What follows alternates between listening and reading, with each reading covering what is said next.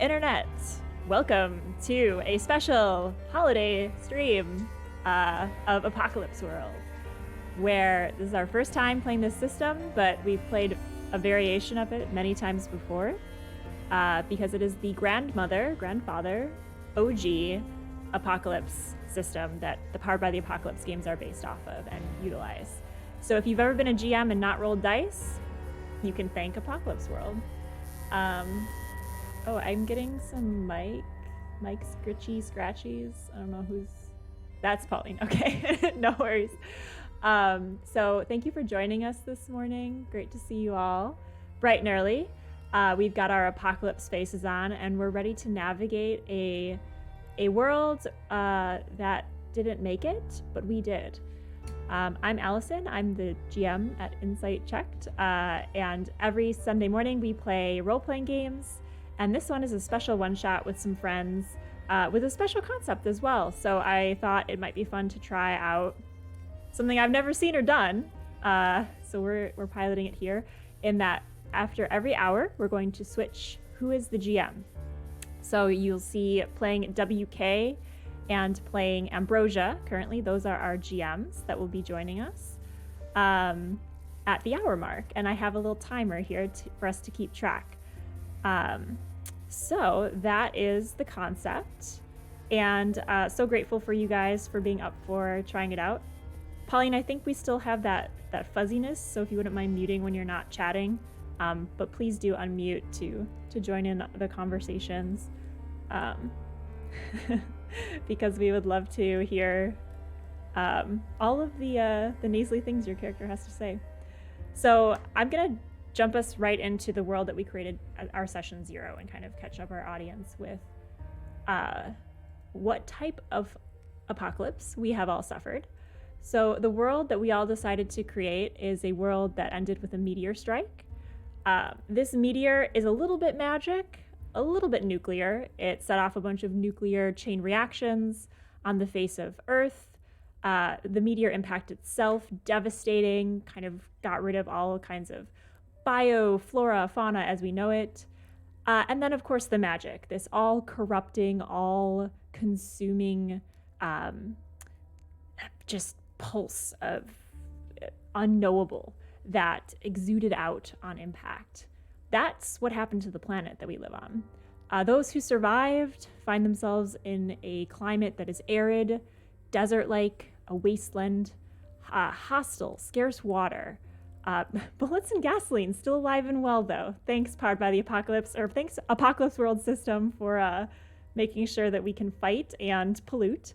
But all of the good green things are gone, except for little pockets that exist where fragments of the meteor kind of splintered off throughout the world.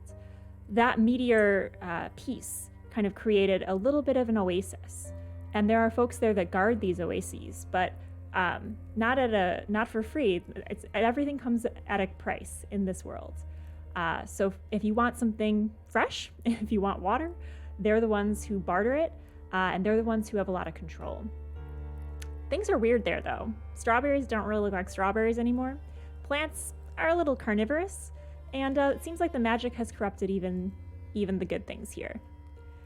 One thing to note, there are threats. Zombies were created in this apocalyptic event, so you will encounter people in various stages of decomposition and resurrection as these zombies are killed and resurrect and killed again, although there is a state of permadeath for them. Some of them seem to be in a state of madness, some of them are completely feral, some of them are sentient enough to maybe have a seat at the bar and if they keep their hoods up be unnoticed, but they are very dangerous depending on how far gone they are. So, my great crew of this apocalyptic world, I would love it if you could introduce yourselves and your characters, and then we will jump into our story today. Let's start with WK. Can you kick us off? Who are you and who is your character? I can. So hi, I am Kevin, he, him, and I am playing WK, and this is also my first time playing Apocalypse World, despite having played tons of Powered by the Apocalypse and loving it, so I'm very excited. But yes, so I crafted WK as an angel. He is this sort of haggard, worn down, sort of a slightly older man who has just really been eaten up and chewed up and spit back out by the apocalypse, but he is still hanging on. He has assembled his sort of traveling gear from oddments that he's found over the last however long it's been. He's lost track. So a lot of things that are not pretty but sort of serve their function. He does have a habit of things will catch his eye and he will incorporate them into his ensemble. And nothing sort of embodies this more than he found once upon a time one of those little like spray bottles, and still visible, sort of scratched into the side, was the original brand, and it was Weed Killer. And he has turned this into a holster for his 9mm, but that has really just like kind of crept and into his soul and put down roots. This idea that there are gardens and there are weeds, and somebody has to rip out the weeds. And so while he technically wanders the world trying to make things better, like as an angel, he is sort of a medic for hire. But rooted deep down is this idea that we can't do this softly. Something has to be ripped out. Awesome. And our next apocalyptic party member, let's go with Ambrosia. Hello, I hope my mic is fixed. Because I'm using a different one. I think it sounds better. Okay, great. I'm using an actual proper recording mic this time. So, I'm Pauline, she, her, and I will be playing Ambrosia, the them fatale battle babe.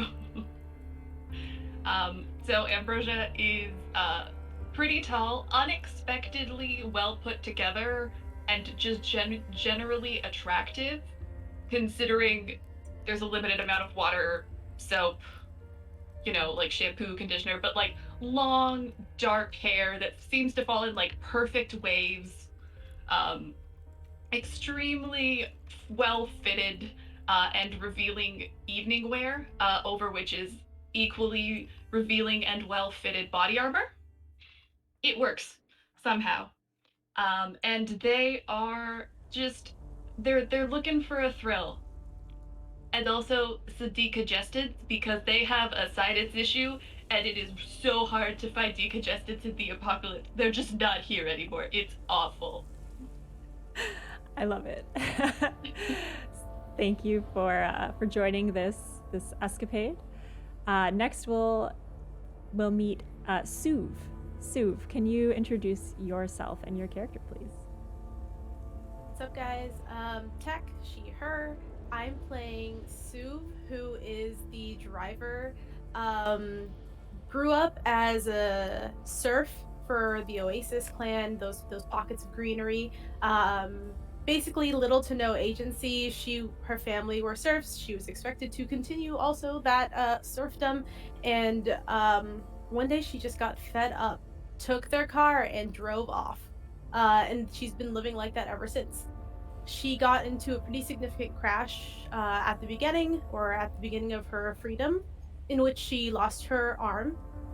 Now she has a prosthetic, 2 swappable modes. One is a gear shift for her car, and another one is a machete, because practically speaking, you need a weapon. She also recently found out that she's pregnant, and that's kind of turned her world upside down, and really seeking to prove that nothing is going to slow her down, not even the fact that another human is growing inside of her. Awesome. Thanks for joining the crew, Sue. And last but not least, Scrap. Scrap, please Hello. tell us about yourself. Hello, I am Noah, and I will be playing Scrap. Scrap woke up one day in a junkyard and has been tinkering ever since. Scrap wears full body armor made of appropriately scrap, and has a homemade pipe pistol and portable welding torch on Scrap's belt. I love it. And you're kind of the tinkerer, correct? Yes, I am playing the savvy head. Wonderful. Wonderful. What a crew. Well, I think with that, we are at 15 past, and so I'm going to officially start the clock, so in an hour. we will take a bio break and switch the GM. But let me get that started now. Hey, it's working. I love when things work. So, adventurers, known as the Resurrection Squad. You are a team that came together through the ravages of your lives.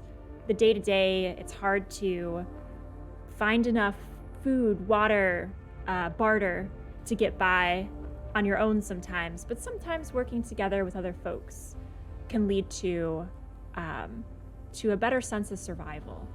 And whether it was through a life-saving moment, in the case of Scrap and Suv, Scrap having found Suv in a wreck and pulled her out and helped repair her, as Scrap is wont to do, or Ambrosia always looking for a thrill, or WK, the kind of eccentric but maybe portent kind of member of this community that kind of might be onto something, very innovative in his ability to see a future beyond all of this kind of rubble and desert and toxic air. You all came together for a common goal, and that's barter and survival. And so the Resurrection Squad was formed when the first bat hit the first zombie's head, to protect settlements, to protect people that were willing to pay you for your skills, for your violence, and for your smarts. You have just finished protecting such a town, such a settlement. It was a small, scrappy place made of mostly tents. It's in a very hot part of the planet, so not a lot of ozone left in this area. You can just feel kind of the sun searing through on your skin, and almost the feeling of like being like if some of you probably can't even remember what a chicken is, but a cooked crispy chicken, as you have to cover up pretty much every part of you in this area. The tent city that you had protected from the recent zombie raid, it is full of just shade. So people have kind of elevated tarps and taken down any kind of like leftover leaves from the oasis to dry out and weave those together to create blankets of sort. It's not a place that you want to be caught in direct sunlight. And for that reason, people here are very close-knit. There's not a lot of areas that they can go outside of this construction that they've created, which left it very vulnerable to zombie attack. They were easily encircled, and it wasn't until you all came and put down what was probably the latest wave of the zombie resurrection in this area. You know they'll be back. You know that they were kind of fresh zombies, so that they'll come back up again, but you recently saved this town and collected your pay. You're scouting for new work, and so you have split up currently 2 and 2 to travel the surrounding area and see what you can find as far as new pay, new people to kind of give you that odd job here and there. So 2 of you find yourselves traversing an area called the Haggle Ground. You see in front of you a bunch of landscape that is roiling, almost in that way that you see when like the sun is in your eyes when you're driving and it becomes hazy and kind of shimmery. But the land itself seems to be moving and bubbling. And you notice that some pockets of it appear very unstable. They darken and they bubble and they pop like a soup bubble on top of the surface. Steam escapes, and it seems very haphazard. The locals told you that it's very difficult to navigate this area successfully, but you do see on the other side of it a small encampment, another settlement, just over the horizon.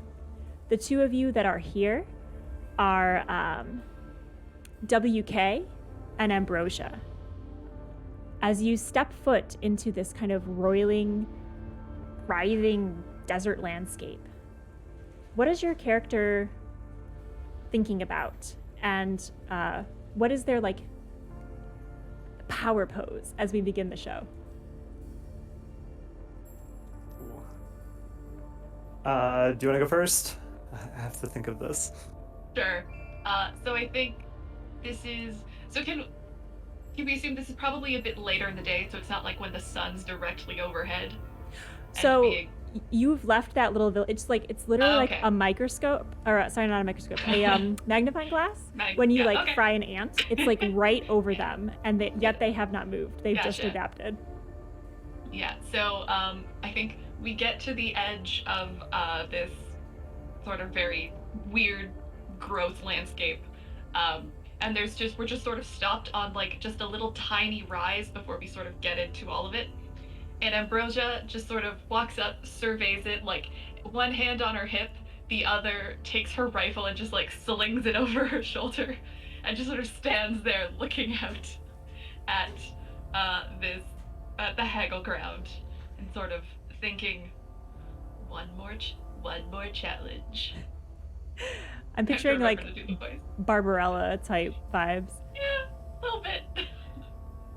Full disclosure, I'm terrible at voices, so I will probably not try. But I think, yeah, just off to their side and a little behind. Maybe in getting here, we had sort of one uneventful encounter with a straggler zombie. So you see right behind you, WK looking very sort of parched, kind of slumped, but intent.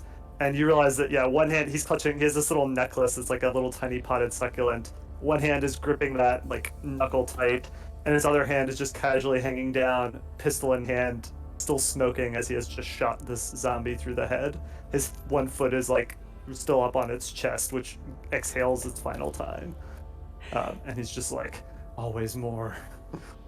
The zombie's final exhale is a mostly gurgle, as it has reached, you can tell, like the mottled skin and the general sense of decay on it indicates that all level of sentience has left it. And as we know, like it's a degenerative issue with these zombie-like creatures, and it has reached its final form. And so you're pretty sure that this particular one will not resurrect, although it's still like twitching underneath your foot.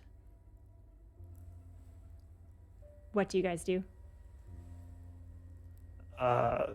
So after a moment, I holster my gun in my little like plastic bottle, and with sort of labored breathing, come up to join Ambrosia and survey the landscape. And at this point, I'm still clutching the necklace, but I think I've also begun maybe clutching my shoulder, not admitting that perhaps it got me better than I hoped. What do you see? Is there a way across? It's always this Haggle Ground. You're never really sure if there's a safe way across. You kind of just have to play it by ear. Just always, you gotta look ahead and just make sure and just test the ground before you walk on it yourself, lest you fall to your doom.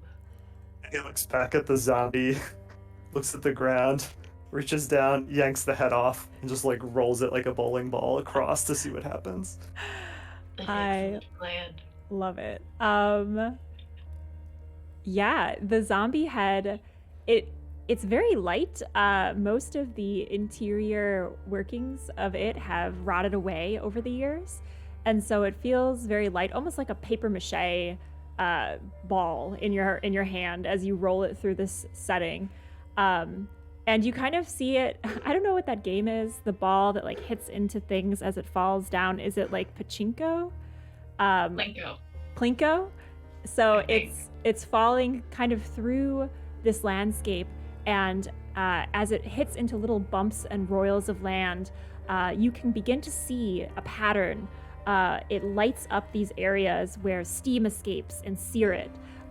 It doesn't make it very far, because as each thing explodes on impact, it sears away a little bit more of the head with this hot steam. So it gets maybe like 30 feet or so before it has completely melted and disintegrated from all of the steam. But you were able to identify patterns of where those things were erupting from the head. If we're meant to make it, we will. And if not, we'll just be soil. He just starts trudging in the wake of the head, humming some like tuneless song. Ambrosia, do you follow? Yeah. I'd like you both to roll squints a little and just follows.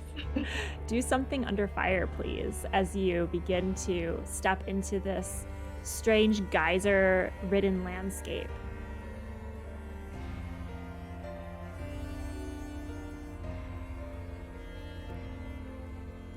Right. Ooh, that's not very good. Let's see. Is that hard, sharp, hot? That Do is... something in the fire. Cool. Of course. Cool. The one I didn't guess. 2 total. Ooh, It's pretty bad. 8. So, as you are traversing the landscape, Ambrosia, you are successfully able to make it up to where the zombie had kind of guided you with the path. You're able to see that although this area seemed a little bit haphazard, you can see some footprints going forward that will show you where to move safely as you move ahead. However, because it's a partial, you are kind of you're sure that there's something blocking that path that you've been able to identify going ahead. So you're kind of successfully able to traverse up to this point, but you see that there's like a dark shape in the landscape where you guys need to go on this second half of the wasteland.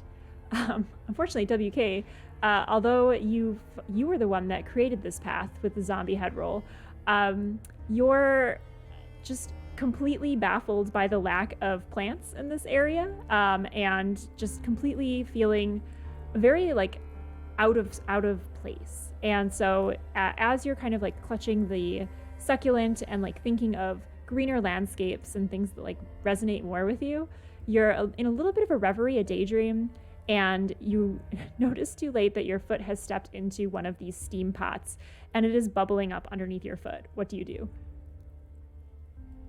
I would be down for just straight up taking the harm as a penalty for the failure. I feel like that would be appropriate for his level of distractedness. So go ahead and mark off one section on your harm clock as the steam, it almost feels like a nice, almost like a spa-like treatment, what we would know to be today a spa-like treatment. You all have never seen a spa. You all have seen pretty much just... I think the closest thing you guys have had to something nice is maybe a day where you find a soft place to sleep. Like, there's no spas in the apocalypse, and you can quote me on that. The steam roils up around your foot and basically just almost scalds you through the leathers that you wear around your foot. Can you do something under fire again to see how well you can stay out of more harm's way in this kind of landmine-riddled area? Yes. So, despite being -1 cool, this roll was phenomenally better. It is a 10 total. With a 10, you're able to hop on one foot, following the zombie head's path, and land right next to its melted visage, standing next to Ambrosia, who's pointing out something ahead of you, a dark shape on the landscape. What do you guys do? Nearly got cooked. What do you see? There's something blocking our path. I can see tracks leading a safe way through this place, but I don't know what that is. And we need to circumvent it somehow if we want to get through here safely. Giving the zombie head another sort of violent kick to keep it rolling on its melted way. Maybe I'll try to study the shape that Ambrosia is pointing out for a second. You'll study it? Yeah, it's just sort of see if it's familiar. Yeah, roll plus your sharp to read a situation. Ooh, right. 7. 7. So you are able to ask one of those questions on the list. Let's go with I think way past. Like, where's my best way past? Like, he's very curious what it is, but at the end of the day, we're on a mission. Like, knowing won't feed us. The best way past is forward through this blockage, but if you wanted to take a risk, you could kind of, again, try to traverse this more steam pocket-filled terrain. However, you do know that with the sun positioning where it is, kind of moving over the horizon, it's essentially activating all of these areas as you're traversing it. So it would be pretty much like a mad dash through the field at this point. So you can either go carefully forward slowly or make a break for it off to the sides. I know what WK would do, but he's charged in once, so he'll defer. I mean, Ambrosia would also charge in. All right, gritting his teeth with every sort of left foot step that's burned. He's like, it's just like every day. Let's get it over with. And again, just chase after the head. Onward. All right, so you pick up the melted, gooey head that was burned off by steam. Yes. All right, so it squishes in your hand, much like an overripe fruit. You have a couple more rolls with it, so you're able to get half the distance. Both of you kind of just like mad dashing, running as the steam bubbles up, kind of like doing like side rolls and dodges, following the juicy bouncing ball. But eventually, as you pick it up for one more time, it is so small and just it's just a little small, like I would say, like a pit of a peach at the end of it, just kind of like mushed in your hands, and then just kind of juices off into nothing. So for the last section, as you're kind of traversing here, both of you give me the under fire rolls one more time as you finish traversing this landscape. However, you both notice you've kind of peeled off side to side, avoiding this dark shape in the middle. You do recognize the dark shape to be a huddled person, kind of like slumped over. Unclear if they're alive or dead, but they're kind of like in the like crouched position on their knees with their arms over their head, just like face down in the dirt.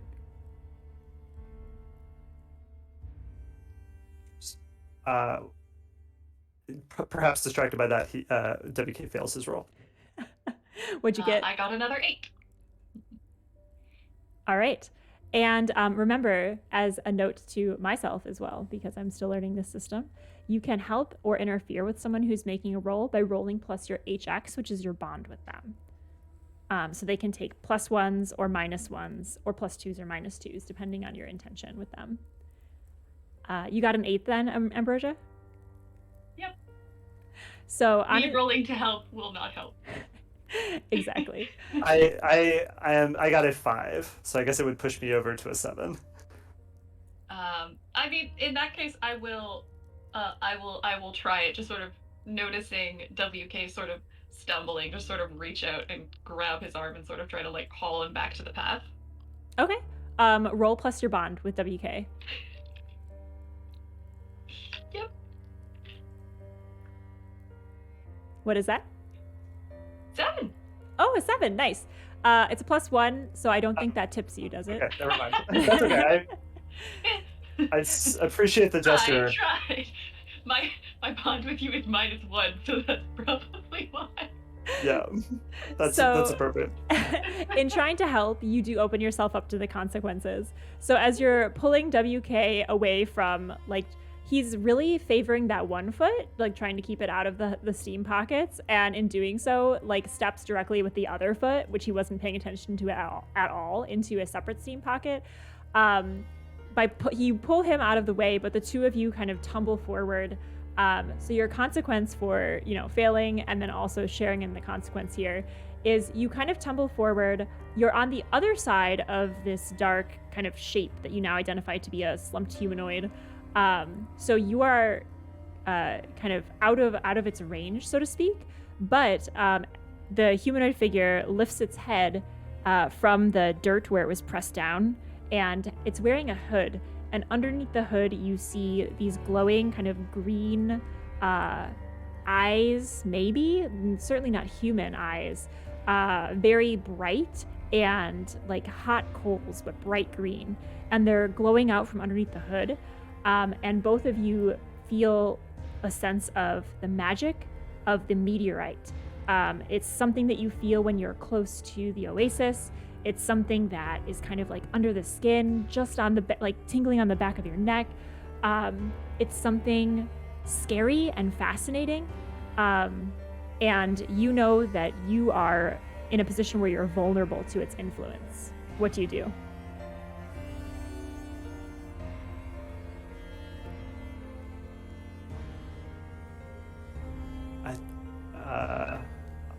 I think WK would willingly succumb as somebody who is more and more sure that the oases represent like the future. What about Ambrosia? I don't know if this applies, but I have a special move called Dangerous and Sexy. And when I enter a charged situation with an NPC, I can roll, and if I succeed, fun things happen. Okay. Specifically, I guess it depends I love if this it. is an NPC that could be influenced by me. I love it. You'd need to interact, I think. I mean, you could interact verbally or otherwise as the battle game. So yeah, what does Return that the look like? smoldering gaze. Yes, what does that look Yeah. like? So I think I sort of take the rifle off of my shoulder and just sort of have it not like pointed at it, but clearly in like a readied position, and sort of stare back at this thing and say, "We don't want any trouble, and you don't want any trouble with us." Oh my god, what is that move? Is that your dangerous and sexy? It's dangerous. Okay, go ahead and roll plus hot. This is delightful. Hey, 9. 9. So you get hold 1. You can spend your hold to make eye contact with the NPC, who freezes or flinches and can't take action until you break it off. Would you like to spend that hold now, or would you like to wait? I'd like to wait for now, just sort of see what it does, and if it like threatens us, then I'll. Sounds good. So as you say that, and as WK is just kind of like opening his mind to this wild possibility of connecting with the psychic energy of the meteorite, the humanoid, the eyes blink and the glowing dissipates. However, this person begins to crawl forward on all fours very quickly, with like the joints all kind of like plunked out in a weird shape, and just begins to crawl forward towards you, reacting to the sound of your voice, Ambrosia. What do you both do?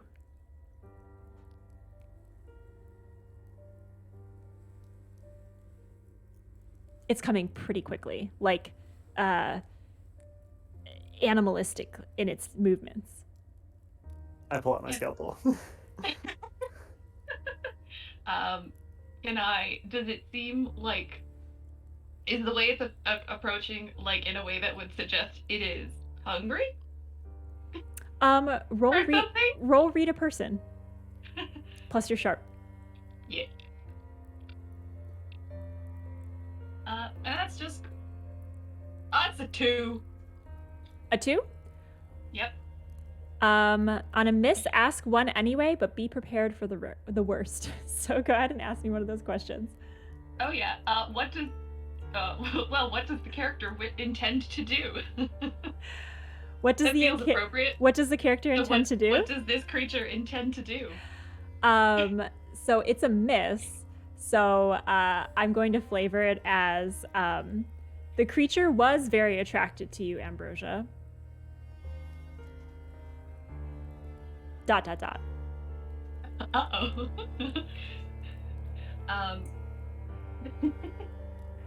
Then, in that case, I would like to spend my hold 1 to make it sort of freeze. Okay. What does it look like as you recall the earlier sexy battle babe phrase, and now that it's close enough, kind of scrabbling over this hot, steaming earth towards you, you lock eyes with it under the hood. The eyes are no longer glowing, but they are widened and kind of like crazed in the appearance.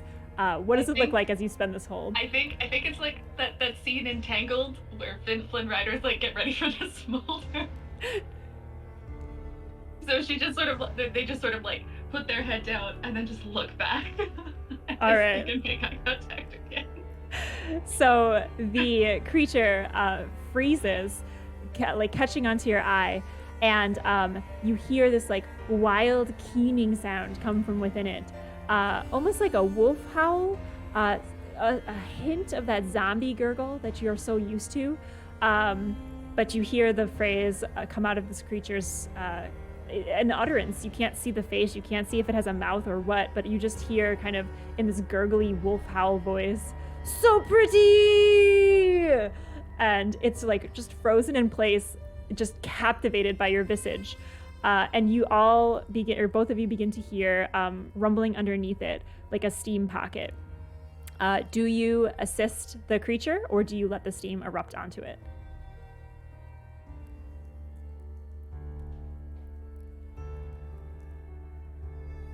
I mean, I don't. I probably don't. Not with a limp foot. So as it yells, "So pretty," the steam underneath erupts, and you see it kind of take this damage. It's frozen in place with your dangerous and sexy move and cannot move further. And so it begins to take that kind of continuous damage from the steam geyser. It rolls over, much like the zombie that you had crushed at the beginning, WK. The robes kind of splayed open and revealing the face. The eyes are still staring open. It's unmoving at this moment, kind of on its back. It's in a state of transition from human to zombie, which is something that you've seen before. The corruption of this world kind of take hold of people on various levels of decay. But WK, there's something interesting that you notice. There's a small plant that's kind of curled around the neck that seems to be protruding from the body itself. This is not something that you've seen before, and the plant is like moving and like wriggling, like a small vine. How can I like get to it? Am I a few steps away or further? You can close the distance easily. Yeah, Okay. and the geyser has already erupted, so there's no danger from that at the moment. Okay. With a sort of scorching look at Ambrosia to be like, you shouldn't flirt with these things, with this decay. But then he spots the plant, he just goes quiet. He's gonna like slump forward, fall to his knees next to it, grab the head, and just, without carefully damaging the plant, but he's gonna try and just use the scalpel to like, again, hack the head off. Of the creature. Mm-hmm. Yeah, easy enough. There's no resistance. The body is already somewhat decayed. This is an undead creature of some sort. One of the more sentient ones, but even so, it comes loose. However, where you are used to seeing kind of like the sinews of the human body dangling in various states of decay, depending on how far gone the zombie is, you see plant vines and roots also extending out of the neck. So I have a move called Touched by Death, which is when somebody's unconscious in your care, you can use them for augury, and when someone has died in your care, you can use their body for augury.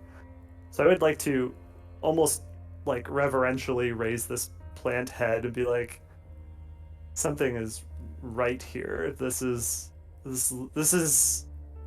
you know, life again. But in the meantime, we need to get out of this Haggle Ground. So he's going to like press his forehead to that head and then again bowling ball it to augur a way out. Okay, so that's your intention with the head, to augur a way forward, or would you like Yes. to use it as Oh, like, yeah, that's fair actually, to use like the maelstrom. Yes, yeah, because Yes, you do have an augury move as the medic essentially.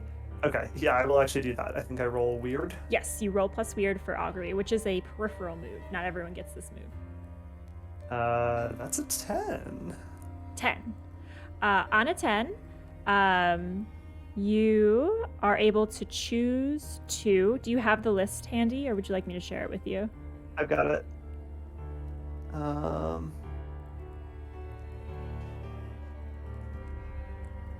I think so. He's trying to get out of the Haggle Ground and to the settlement or whatever that we're headed for. But Mhm. I almost feel like he would do the first one, reach through the maelstrom to someone or something.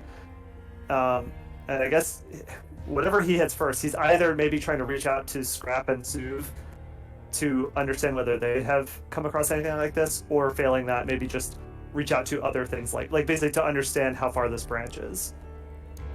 Okay, so you're reaching into the maelstrom to find out more information about like this thing's existence in the world, or how it exists in conjunction with your friends.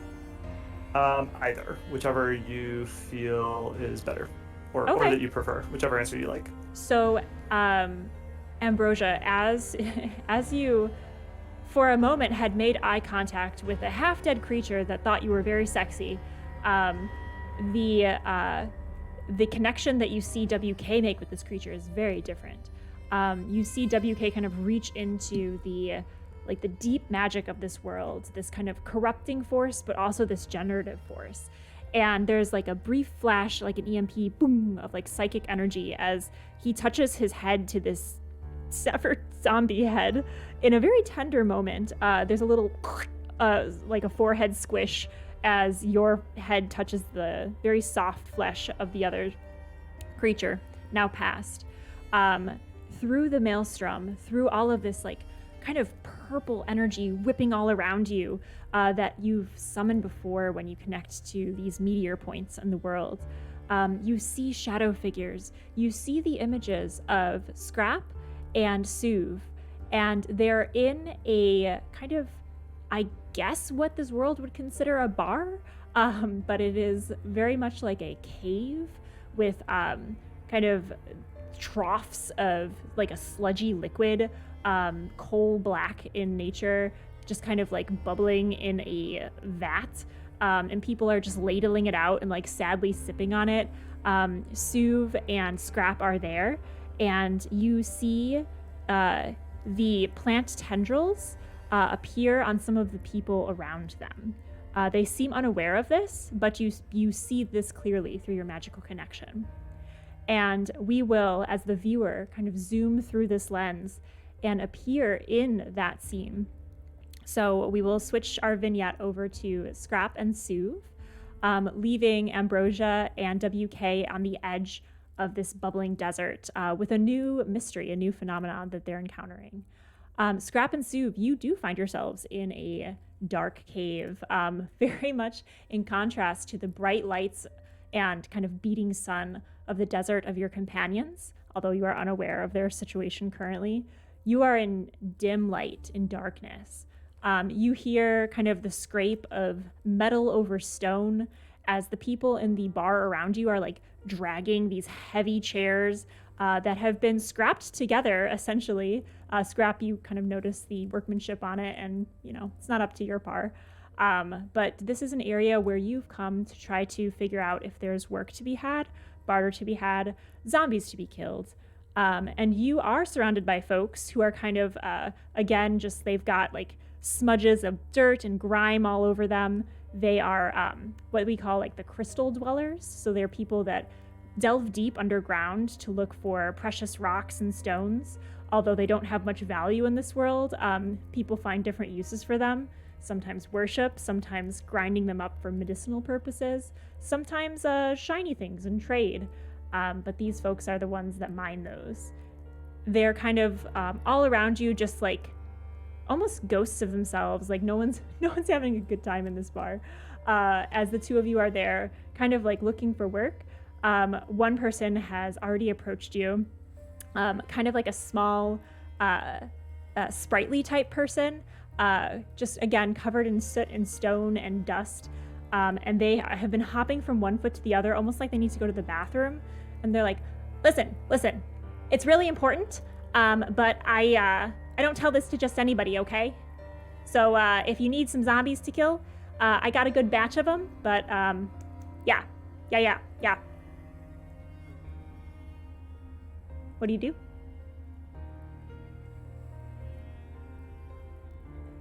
Is there like an empty bar stool near me? I'm not doing that. There's just like pieces of random metal everywhere, yeah. Just like lumps of it. Can I pick him up or pick them up and just like sit them down because it's making me like nauseous seeing them jump like from side to side? Yes, you can. This smaller individual seems used to being moved around in this capacity, and is face to face now with your kind of pregnant belly bump, and just like stares at it and says, "I didn't know. A new life in you, in such a sad space. Amazing," and looks up at you. Thanks. You're welcome. Have I been able to place him down? Or place him down? Are they still like moving around? Very much like not sitting still, but not like so much like hoppy energy. I'm gonna give a very pointed look to Scrap, because generally we don't accept missions unless we collectively agree on it. It's not like one person's call. So I'm gonna look at Scrap's expression or reaction to this individual, because Scrap is generally better at sussing out people than I am. Scrap, you see a very knowing look come from Suv. Like, you guys have been partners for a while, ever since you pulled Suv out of that wreckage, and created Suv's prosthetic arm. And through the slats on your metal mask, you can tell this is like a very pointed look. What do you do? I think Scrap gave a thumbs up. Oh, sorry, I don't have nonverbals accessible to me at the moment. A pointed thumbs up? Yes. Okay. So, with a pointed thumbs up, Suv, what do you do? I'm going to I'm not sure if I have like a writing implement on me, but I'm gonna put it in front of the individual and ask them to draw a map. A writing utensil. Do you guys think that you would have a writing utensil in the apocalypse? Up to you. There's like a piece of charred wood that like the carbon will make marks. Yeah. Or something. So you add it to kind of like the dirty stone floor.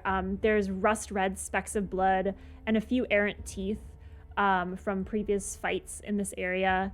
And again, this is like not a traditional bar. There's like no bartender. It's just like vats, troughs of like essentially what looks like to be thick oil or tar almost. And people are just kind of like sadly helping themselves with big ladles just directly out of the trough. And so you kind of draw on the dirt this like charcoal, or he actually draws in the dirt this charcoal image. It's rudimentary, but it gives waypoints that are well known in this area. There's the geysers to the east. To the north, there would be the oasis, where one of the meteorites has fallen. So that's in the northern area.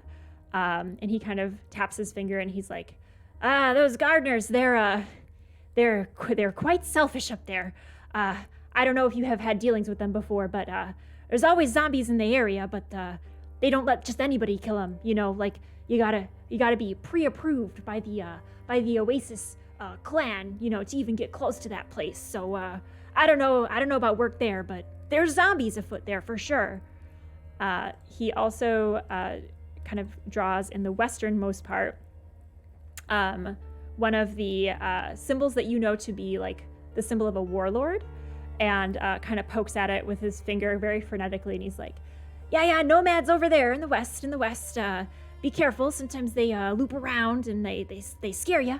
But they ride with zombies sometimes. I've seen them in the sidecars, and they just dangle them off and like use them as shields. I was gonna say human shields, but they're not really human anymore. So yeah, very hard to hit.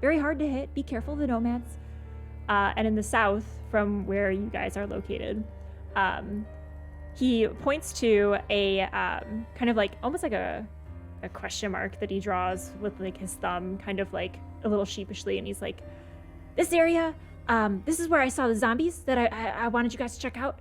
It's near the Uso River. That's that really gross sludge pool that kind of like can suck you in, and you know, there's like a lot of bones, and it's a little bit sticky and sweet.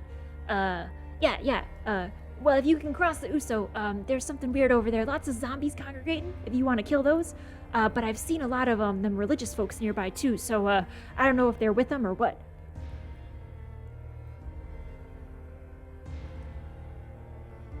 I'm gonna just like hover my hand over different areas and like see what Scrap likes.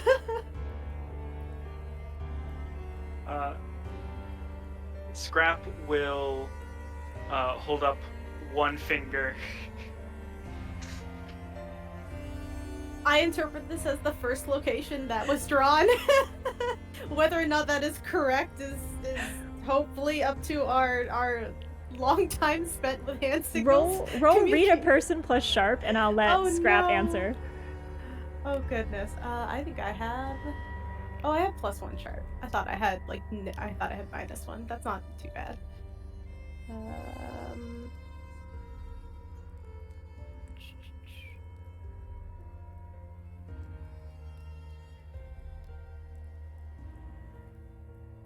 I got a 12. Wow, Scrap. Scrap definitely means I the was first hoping one. that roll would be saved for something, more consequential, but that's fine. Don't worry, that you can roll 12s all day. Go ahead and ask Scrap 2 of those questions, since you're sussing Scrap out.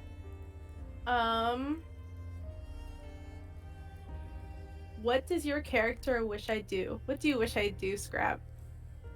Take us to the first location, to the oasis. And why? And why? Yeah. Give us some insight into Scrap's mind. Because the oasis people have the good scrap, and maybe the zombies will have some.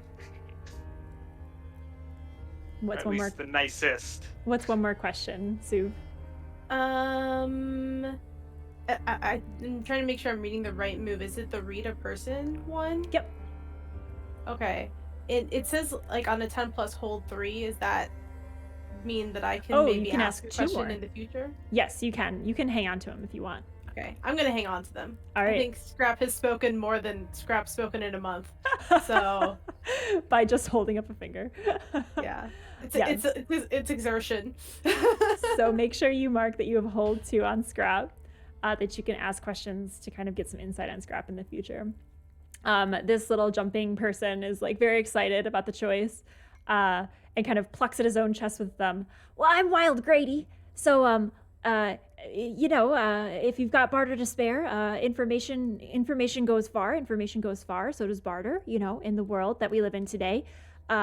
I had to barter 2 of my teeth last week, so I would appreciate if you could give me something good for my trouble.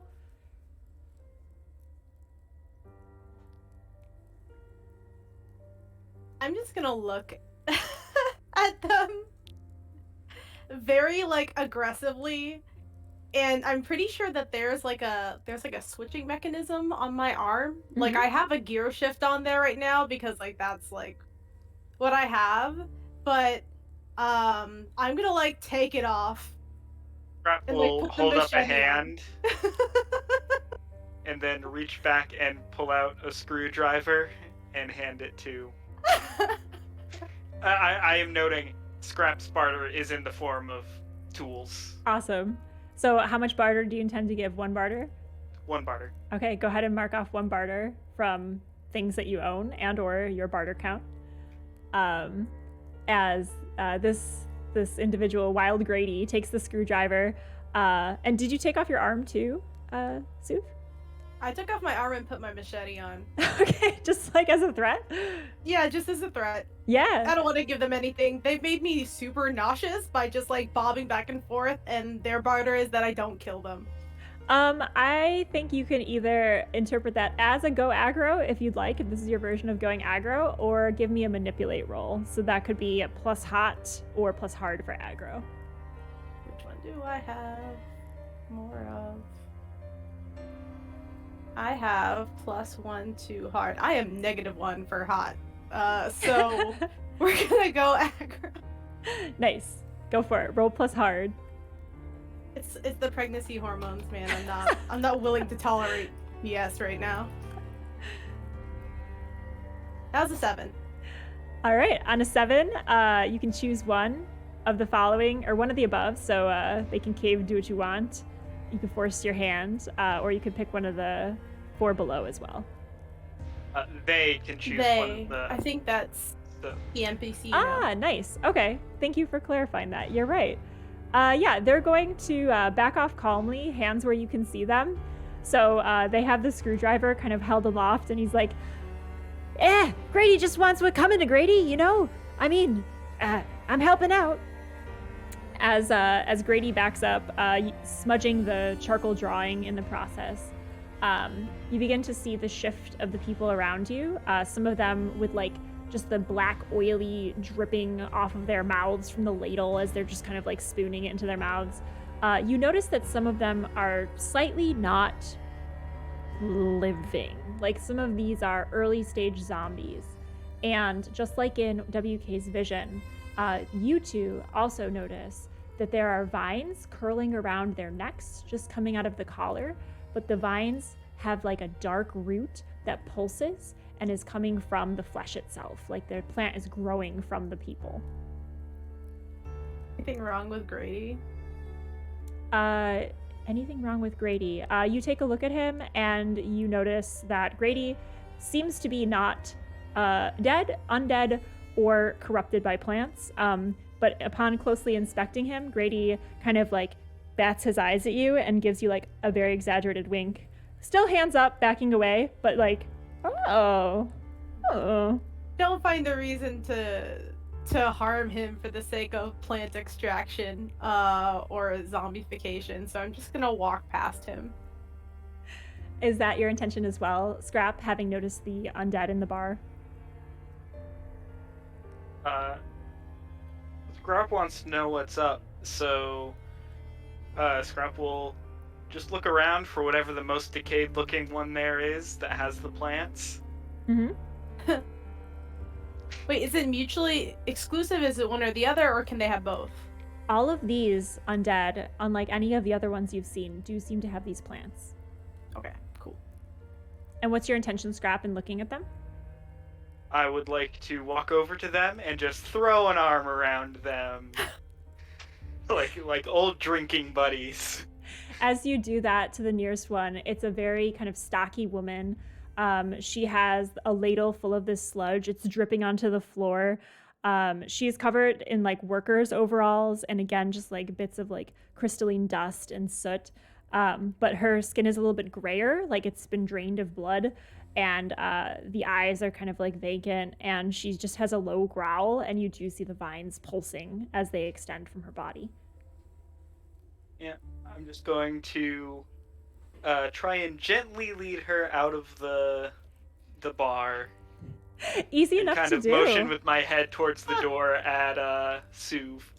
Easy enough to do. So Suv, you see Scrap exiting the bar, full head-to-toe metal-suited Scrap with this zombie who is just leaving a trail of black sludge dragging from the ladle, kind of like the arm limp at her side as she's going, kind of like following after Scrap. This does not seem to be an aggressive zombie. It's in an early stage of decay.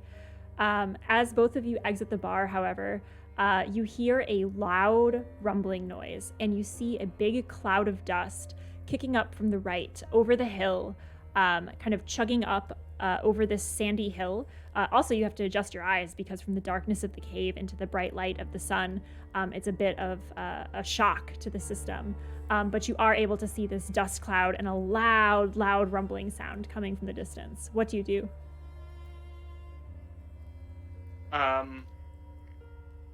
Scrap is probably safe. They're wearing, as mentioned, a full-body metal suit. But Just like Turtle, you're just gonna like hunker down and like, you'll be fine. Like flip the blinds on the the shutters on your mask. the shutters to close. No one's home. But not yet. Not yet. You First, keep your Scrap mask has some- shutters open. For now. Okay. Until the dust cloud Maybe gets you have here. like a mesh The shutter. Scrap that you has can some look out of. business to attend to.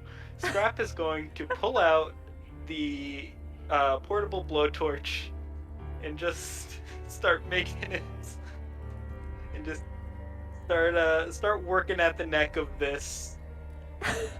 Episode. Here I was thinking that Scrap had a type. Yeah, I mean, for all accounts, it seemed like Scrap was getting very friendly with this zombie. But your intention is to blowtorch the zombie? Question mark. Specifically, blowtorch the head off, aka cut the head off. And I was just Okay. thinking here that you were the compassionate one. Nope. People that have known us long enough know that Scrap is actually the scary one, the one to be afraid of. I'm the nice one. Surprise! We're all terrible people. Hashtag welcome to the apocalypse. Okay, so I think this would be, I'm gonna go with this is maybe a battle move. Let's see. So with battle moves, we can seize something by force, but it's not really exchanging harm.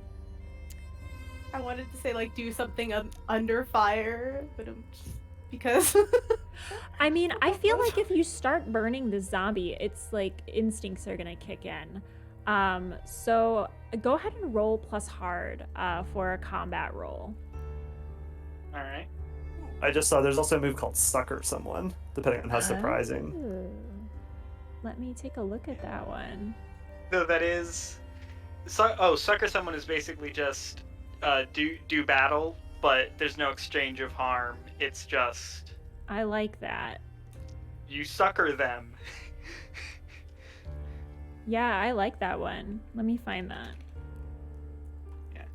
Oops. When you attack someone unsuspecting or helpless, ask the end, see if you can miss. If you could, treat it as going aggro, but your victim has no choice to cave and do what you want. If you couldn't, simply inflict harm as established. I love it. Let's roll that one. That's what I'm going for here, and I'm so glad that there's a move for that. How delightful.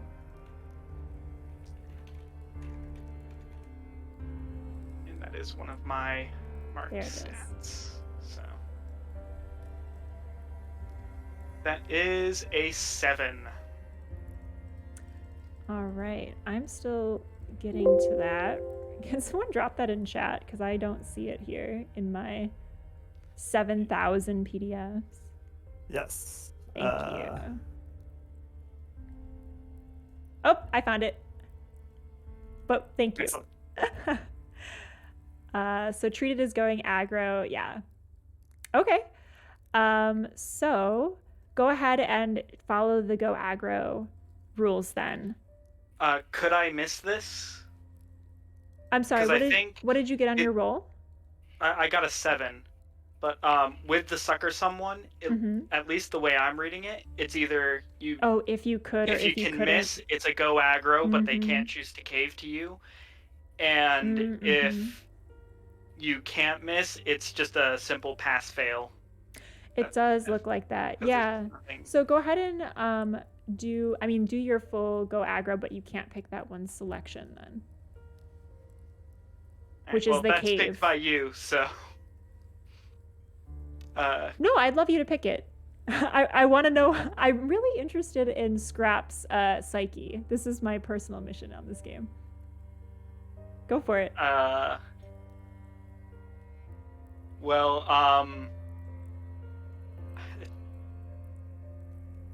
I don't really want any of these. The closest I would want is cave and do what you want. What I want being Ain't that is the way? Ain't that the way? Maybe, her head like- to pop off and be in my hand. maybe like give you something they think you want. They start like ripping plants off of themselves, like being like, "Here, take what you want from me." That would be Yeah. insightful. Is your intention to destroy the zombie, or to like you? I assume you chose My this goal for a is particular to reason. look at the plants. Cool. So with that in mind, which one do you choose? Yeah, I mean, give you something they think you want or tell you something that you want to hear. Perfect. I love it.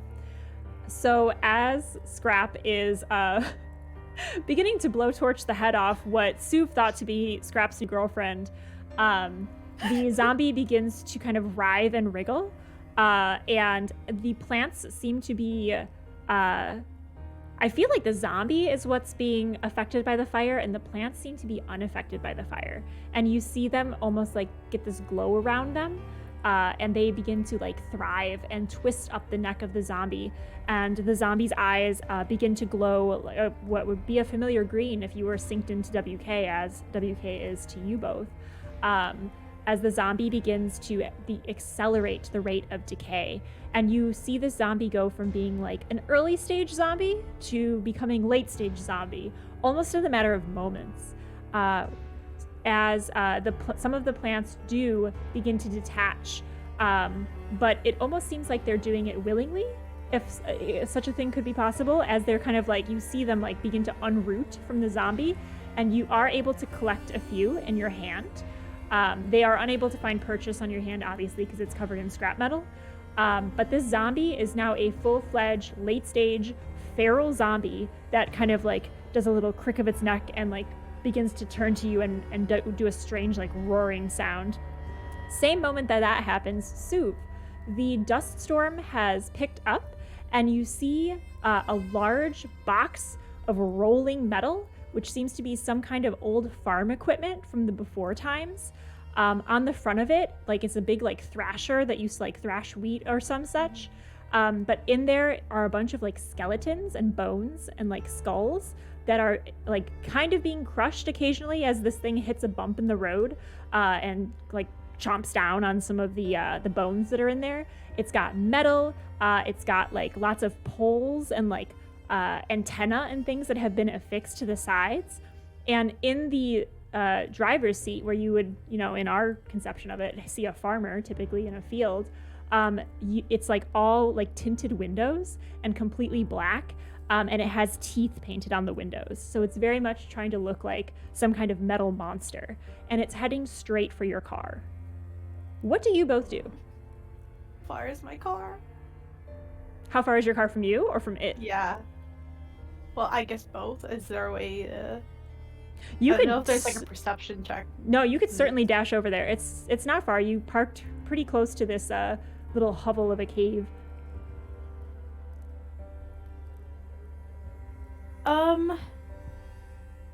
Also, one question: is WK still watching? Like, just like out of this? Because I feel like he'd be like, not the blowtorch. Like, I think so. I think WK, as long as you want to keep up the connection, you can see all of this. If you guys had thought to look up, you'd see that there are 2 stars in the daytime sky, and they look suspiciously like eyes. okay. Scrap is going to put the bit of plant in a, not pocket, but like a pouch made of metal. I don't know what that would be called. That's like box? welded onto the side of their armor. A mocket. A metal pocket. A mocket. And just close the lid. And then just kind of close the shutters and try and hold the zombie at arm's length. You're holding the zombie at arm's length with your arm, just kind of like pushing it backwards. Okay, give me a roll. Do something under fire with your cool. The zombie went from being a pretty chill, perhaps, love interest to being an absolutely feral, manic, thrashing creature. And it's like rotating its neck and its arms are kind of windmilling around and it's looking to kill something. That is a 9. On a 9, it says you flinch or hesitate or stall. So while you push the zombie back, it is not soon enough, and it scrapes into some of your armor. Scrap, you have a choice because it's a 9, so you're successfully able to like eventually get her at arm's length. You can lose a piece of your armor on your arm, kind of being scraped off by this zombie's flailing, which would expose you on that piece of your body until you're able to repair it. Or you can choose to not push her away and kind of keep her close and keep your armor intact. My goal is to preserve my armor as best as possible because my armor is my life. So you think the better of it, and you keep the zombie close to you, seeing kind of the trajectory of the flailing windmill arms. And Sue, as you're kind of considering the danger that your car is in, you take a look over at Scrap and this zombie, and like it almost seems like Scrap is like bringing her even closer, like just kind of like a little embrace, and like it's the moment of what is happening over there, until you hear the loud rumble of this combine kind of just chomping up earth, and just like an intense it's like one of those vibrations of your whole body as it gets closer. Like you can feel like the insides of yourself just like vibrating with all of the sound and energy that this thing generates as it moves towards your car. What do you do? Similar to how Scrap will do anything for his armor, I will literally do anything for my car. So I'm gonna look at Scrap and be like, he's fine. They're fine. Scrap is fine. It's not the first time. And then I try to run to my car and get in the driver's seat. Okay, give me a do something under fire roll with your cool. My hope is I'll just pick him up along the way. Like, if he's wearing, or if Scrap is wearing all metal. Oh, timer, yeah. Oh, do we go over time? What's the point of having a timer if you don't pay attention to it, Allison? 15 seconds over. No worries. Okay, thank you. Roll was a 9. The roll was a 9? Thank you. Sorry, I was changing the music. So on a 9, you flinch, hesitate, or stall. So the consequence here of your stall is you're able to get to your car. However, you lose kind of like the trunk portion and a little bit of the back seat to this chomping combine. So I'm going to pass over my GM ship. Thanks, guys, for the timer check, because I totally missed it. But I'm going to pass over my GM ship with a scene transition of, well, first, Scrap, is your intention to bring the zombie with you or disengage and like kind of leave the zombie here? Scrap intends on just keeping the zombie right here to get destroyed by the dust storm. Okay. While I just close my shutters and just kind of sit. Okay, so my scene transition will be Scrap kind of flinging the zombie away, like close hug, big fling.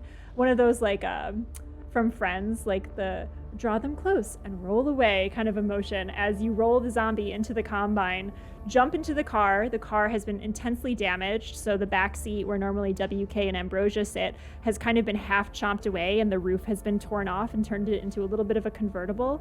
But you are able to gun it, Suv, towards the oasis, with leaving the combine to kind of mash up this zombie in the background, and you hear the same kind of wolf-like howl and scream as you two book it that way. And WK, you blink, like a very heavy-lidded blink, as your eyes return out of the psychic maelstrom, and you find yourself with Ambrosia at the edge of the hot field, and you can see in the glittering distance the location of the oasis where you know your friends to be heading. And that's where I will pass it off to you, Ambrosia / new GM, as we're going to take a bio break, do a little swap, and we'll be back with more Apocalypse Tales in just a moment. See you soon.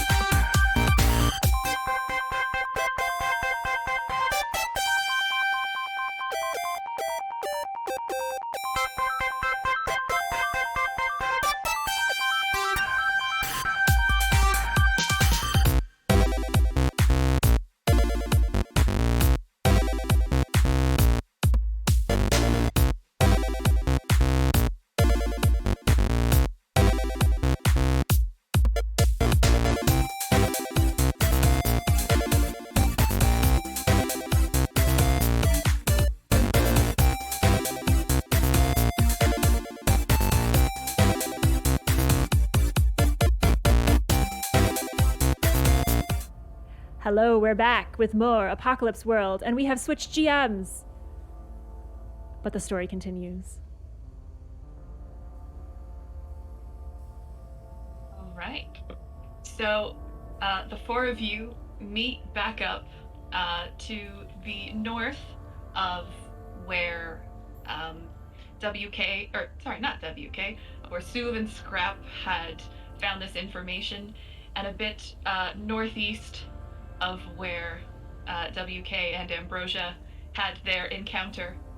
And you find yourself at one of the places that you now know to be a stronghold of the Oasis farmers. It's it's the largest settlement you've seen in a while, with sort of scrap metal and bits of rubble loosely arranged into a large wall. And then with sort of like lookout posts built over top of it. They have done a very good job of trying to protect all of this weird vegetation. And you can see through cracks and beyond it green and bright splashes of colors of reds and blues that look like huge flowering plants. But there's a tension to the air, and you're not entirely sure where it's coming from as you approach what looks like a gate. Quickly before we reach the gate, Scrap will reach into the mocket and hold out the plants, like open palm up, towards WK. Almost before you're offering it, he sees it, his eyes go wide, and he, a little bit too frantically, kind of snatches it from your hand.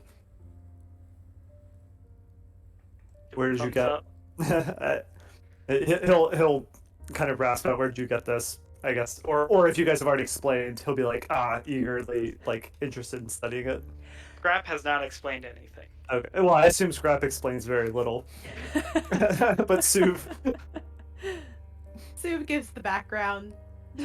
Ambrosia immediately is like, do you think that they could be used as decongestants to kind of clear up what I got going on here? does seem like they attach to the throat. Let me try. Should I try? Yes. Without No. hesitation. Hold up a hand and then just gesture to their like whole body. I feel like the mom in the front seat, she's like yelling to the kids in the back, like, "What are you doing back there? Don't put plants on each other." Oh, so it'll go everywhere, huh, Scrap? Okay, maybe not. Scrap is just like, Thumbs up. just a person of few words. WK will sort of I think forlornly you go is back to petting it. is an overestimate. Well, I'm not exactly welcome into the Oasis. I came here looking for work once. I really tried to be impressive, and she strikes a pose, like puts her hands on her hips and does like the hair flip, and like wind comes out of nowhere to blow her hair back. She's like, but The right breeze. they didn't want my help, so I don't know if they'll really welcome me back. The back half of the car is still missing. Yeah. So I'm gonna assume that that's the wind that is just constantly blowing her hair into perfection. Is Ambrosia in the half backseat? Yeah, no, they're not too fond of me either. Not sure if they would arrest me on sight, in the sense that I kind of left the lifedom of, or the life of serfdom that I was supposed to serve out, but I don't think they'll recognize me, honestly. I mean, Work is work. Nobody can afford a grudge. It'll just Uh, cost extra. Scrap will point at the gate, give a thumbs up, and then point at themselves. All right. Well, I say we go for it then. And if they don't want us in there, well, we'll just give them a fight then, like we always do. WK will nod, and he will pocket the plant that Scrap handed him. And I guess is Ambrosia in the backseat with me? Yeah, I think so. So Ambrosia perhaps is the only one who notices that where his gun used to be, WK appears to have actually holstered the plant that he got from the first thing, the one that he augured with. So he actually now has two of them. I'm gonna honk my horn, which is actually like an adopted clown car horn, because that it went out at some point. So you hear bum ba bum bum ba bum bum. So that they would know to open the gate. So what happens is you honk that horn, and from a lookout post, sort of just above the gate, two figures sort of pop up over it. You hadn't seen them before. Both of them have rifles that are aiming at your car. They look. It's hard to make out exact details from this far away, but they seem to be wearing like armor, not like scraps of armor, but more sort of like boiled leathers, tanned hides, and helmets with some sort of sunglasses or goggles so you can't see their eyes. And one of them sort of shouts across this distance, "Halt! State your business." Scrap will wave. I'm gonna nudge Ambrosia because as like the designated hot spokesperson of the group, she'll get us into places that between myself, Scrap, and WK, we have a snowball's chance of hell in getting into. So I'm just gonna like nudge her as like, okay, get them to let us in because I don't want to deal with this. She adjusts her armor, basically like how someone like pulls up their pants to like get them to fit on the body. She does that, but with her bodice, so that like her breasts are like pushed up and like completely like forward, completely like Austin Powers style, and like the hair is still blowing back. And she's like, "We'd like to take a look around if you wouldn't mind," and like does like a little tilt forward with her body, completely still with the nasally congested voice though. Mm-hmm. That is the central conceit of the character. I hope I'm doing her justice. I love it. So I'm gonna say roll to seduce or manipulate someone. As you say that, I'm like, how do I roll? Hold on. I've been doing it in the. I was actually originally just Googled roll 2d6 because it lets you just click on d6s to roll them. But then I remembered you can do it in the Twitch channel. Okay, it's exclamation point. Yes, exclamation point Allison's like, I'm not used to this. Allison doesn't normally have to roll. I love the hazards of switching the GM seat. I'm like, wow, totally different perspective. I got a 7. A 7. Okay.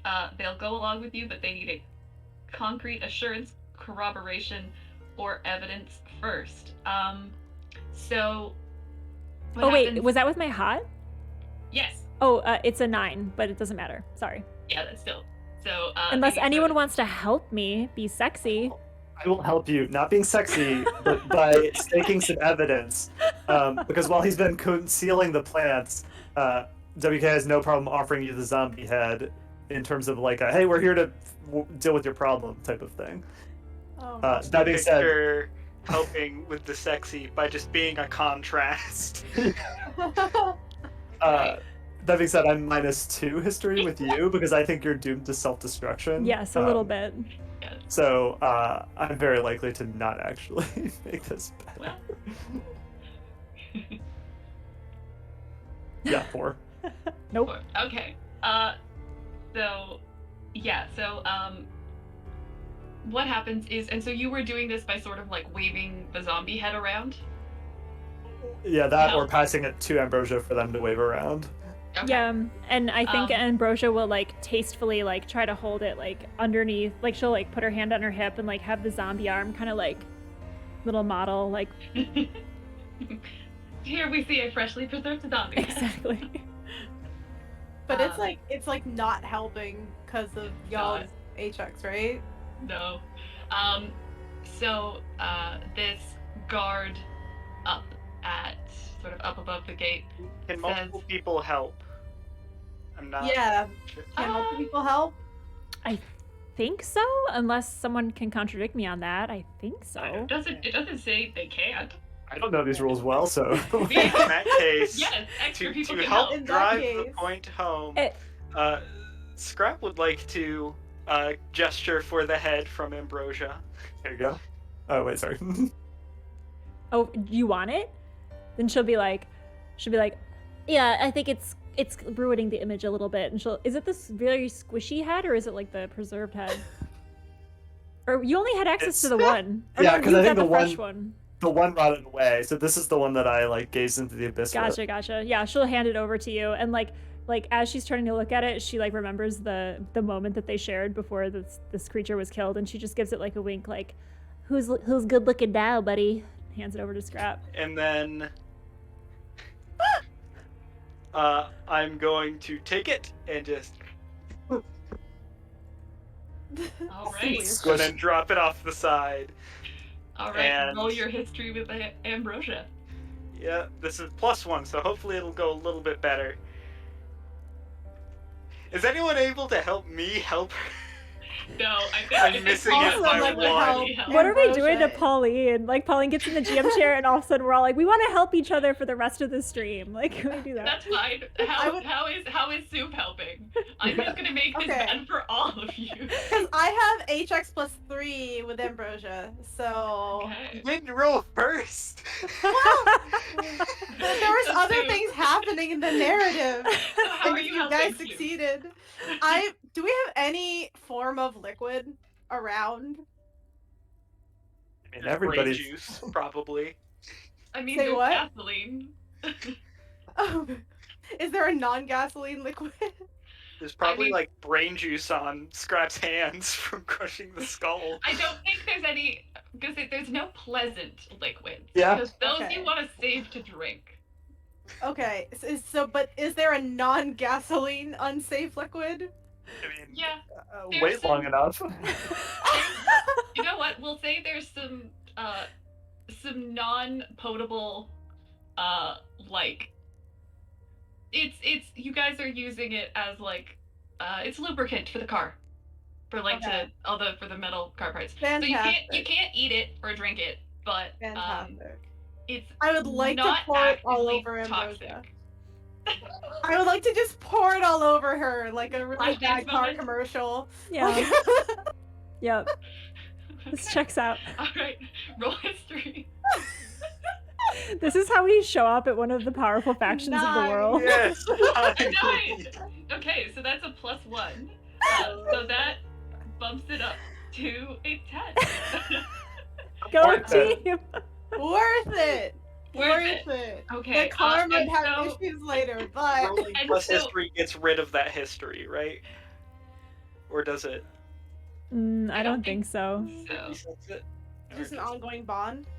Yeah, I think they can evolve in other ways. yeah, there's other things that you can do that evolve, but I don't think they go away when you roll them. But okay, so this took a while. What was your reasoning for them letting you in? Zombie hunters. Sexy zombie hunters. Sexy zombie. Hunters. Okay. So the two guards up top, sort of through this entire thing, like you can't see their facial expressions because they're too far away, but like you can tell from their body language that they're like looking at each other and like back to you and like confused, and there's like some gesturing, like and like the shoulder shrugging and like weird hand gestures towards you, and then they sort of look at each other, shrug, and say, "All right, we're opening the gate, but no funny business or you're dead." This wasn't funny until now. None of it. And then the doors slowly start to open as you. And so, are you going forward in the car or on foot? The gate is big enough that you could drive it. We should probably keep the car as long as possible. Okay. I'll take my beloved with me. Okay. So as you start rolling slowly the car inward, you can see, and anyone who's been to maybe not this place specifically, but anyone who's been to an Oasis outpost before knows that they're very careful to build their sort of fortifications away from the like boundary where all the growth stops. So it's a bit strange to see that the growth seems to have escaped containment slightly. There's just slightly strange colored roots. It's hard to see, but they're definitely there, just sort of poking out the outside of the barricade. Scrap will tap WK on the shoulder and like point to them. I will nod. Ambrosia will do Curious. the same, but like her hand slips off WK's shoulder because it's covered in like car lubricant, and she's still glistening. Like just also points, but Really, I'm honestly hoping I kind of am hoping that my car has leather seats and that you're just like holding on for dear life to like the little handle at the top so that you don't slide out. yeah, and there's no back now either, so I'm There's no probably back, even so more that's all There's you dangerous. definitely a safety hazard. But so as you drive in, you see there's a few more sort of armed guards dressed similarly, and they sort of gesture you forward and are basically like escorting the car somewhere within the compound. And you end up coming to, it's almost like the end of one of those like big like circle driveways, those big ringways, and they sort of gesture at you and they say, all right, all of you out of the car. Listen, we don't really take kindly to orders. Okay, we're seasoned fighters in this world, and we deserve a little respect. Out of the car as they point their rifles at you. Yeah, when they said it, Scrap opened the door and got out of the car. WK will follow. I think Ambrosia's getting amped at the possibility of a confrontation because she's always seeking the next thrill. So she's like, and what if I don't want to get out of the car? What if I want you to get in the car and then I'll get out of the car? What do you say to that? I'm gonna reach over and unbuckle her seatbelt so she just slides out, like slip and slide style. I was about to say roll to go aggro, but I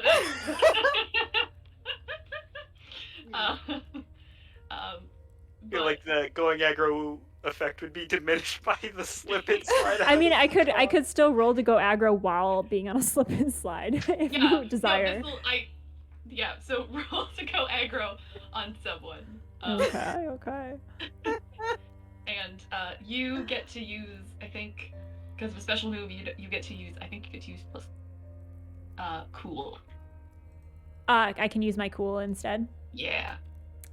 Awesome.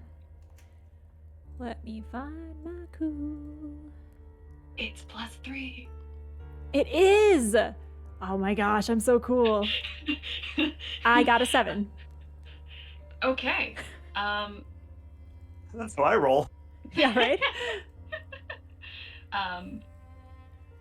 Okay, so what happens is as you sort of are saying this and acting really aggressive, you kind of slide out of the van, but as you sort of land outside, the sun just sort of peeks out from some clouds, hits you, and everyone is momentarily blinded. Just by the sun refracting off of all of the lubricant that is coating you, and then one of the other guards, who isn't the guard that was pointing a rifle at you, just sort of nudges them in the arm and is like, "God damn it, Kevin! You always do this. Just calm down. Fuck's sake." Yeah, Kevin. Do I get to pick from the list? I think I get to pick. So. Oh, they. Yeah, that's yeah, such an interesting mechanic. So they are going to get the hell out of your way. So they're basically with this guy, Kevin is gonna just be like, "Fine, fine," and just sort of starts muttering and grumbling and just kind of marches away. And then the other guard just sort of looks at you and is like, "Sorry about him." Ambrosia just does a little wave, "Bye, Kevin." Sorry about him. He gets a little worked up sometimes. Please wait here. And someone with actual authority will be out to speak with you shortly. They're all about authority here at the Oasis. They don't realize the world ended. And then this guard sort of turns and walks into it's a bit of a shack, but sort of a nearby building. And it's a couple minutes pass. When he turns away, the car is stopped and we have a couple minutes. Scrap will reach into their bag, because they do also have just a bag, and pull out a rag, a grease rag, and offer it to Ambrosia. Ambrosia looks at it disdainfully. Why do I need this? You're gonna get us all killed. Our corpses will look amazing, but we'll be dead. You can't really see it because of the armor, but when you say that, Ambrosia Scrap will just shrug under the armor and put the rag away.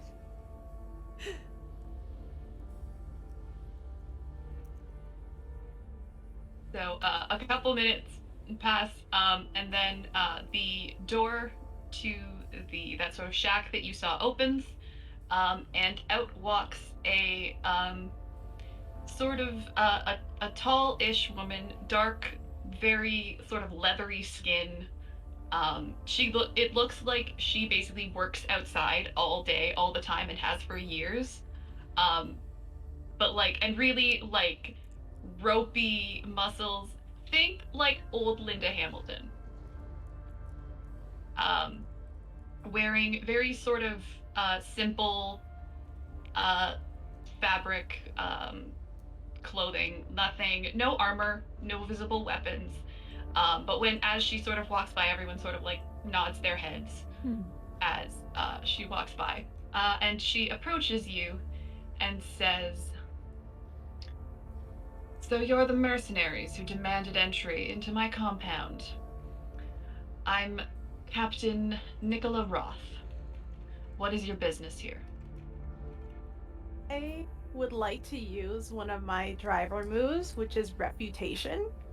When you meet someone important, roll plus cool on a hit they've heard of you, and you say what they've heard, and GM has them respond. On a 10 plus, I take +1 forward. On a miss, they've heard of you, but Pauline decides what they've heard. Woo. So Okay.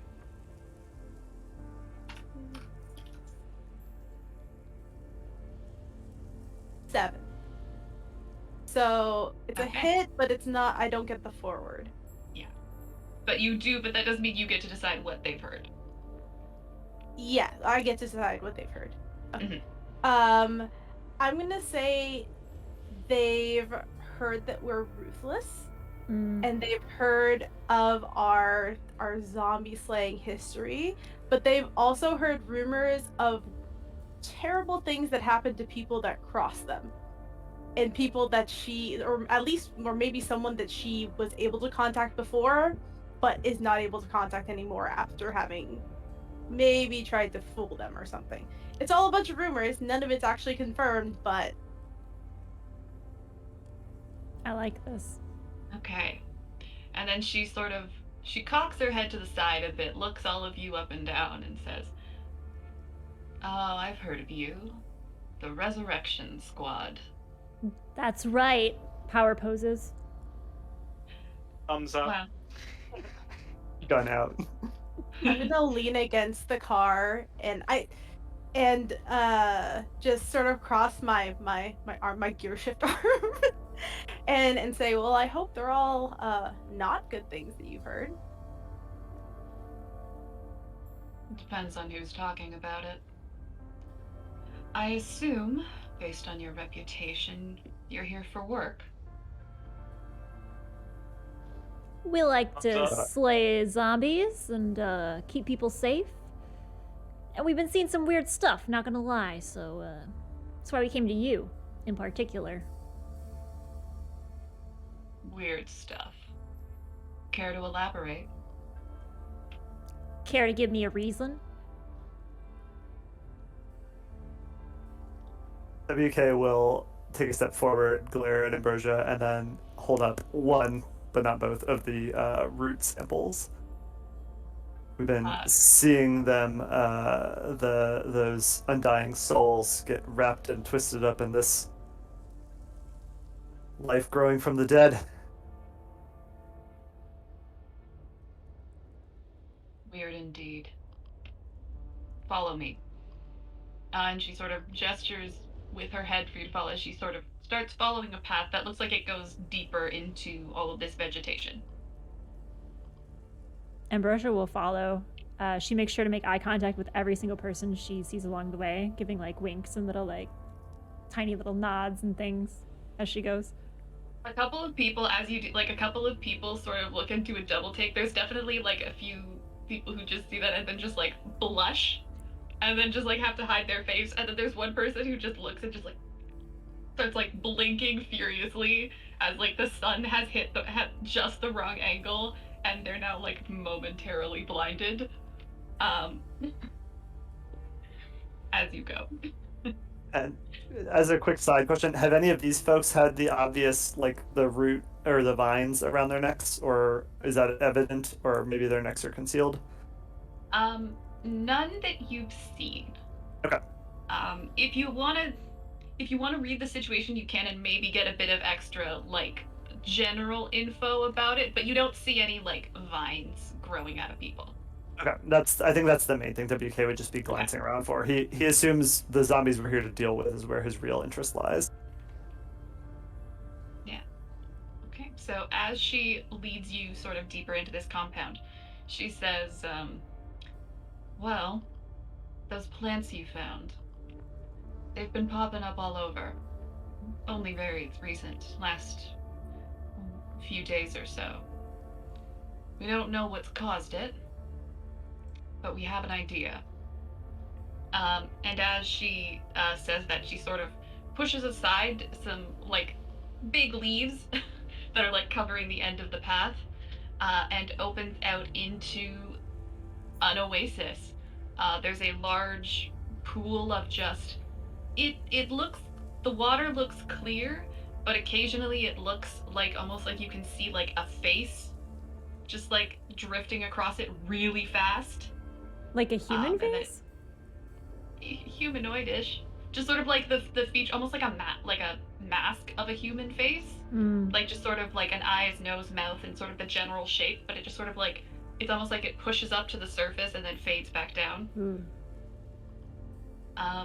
And you can see that those similar sort of odd glowing roots seem to have taken over, or possibly, it's hard to say exactly how, but there's like a weird shrub near the side of the water that seems to be composed almost entirely of this weird plant matter.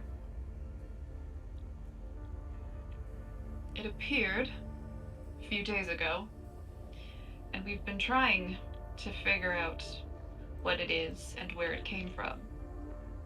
It's nothing we've ever seen before.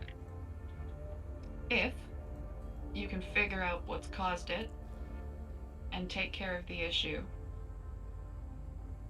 you'll be well compensated. Ambrosia immediately takes out her spiked chain from like a hidden compartment on, is it the inside of her boot? I kind of imagined it being like incorporated into the armor, as almost it looks like decoration, and that's how it's hidden, even though it's like a long chain covered in spikes. Nice. So yeah, what you think is like a cool design on the side of her boot, she just like peels off like a color form, and it's 3D, and it's actually a spiked chain, and she just starts like swinging it around and just walking up towards this plant, and she like goes to like crack her knuckles as she's like swinging the chain. All right, well, let's just take care of this then, and problem solved. Whoa. Oh, it's jumping in. Hang on. Don't do anything for free. WK's like, simmer down, and turns back to, was it Captain Roth, be like, half up front. I'm gonna say, you're gonna have to roll for this one. So roll to seduce or manipulate. Let's see. Hot. I am +0 hot. So this will be lovely.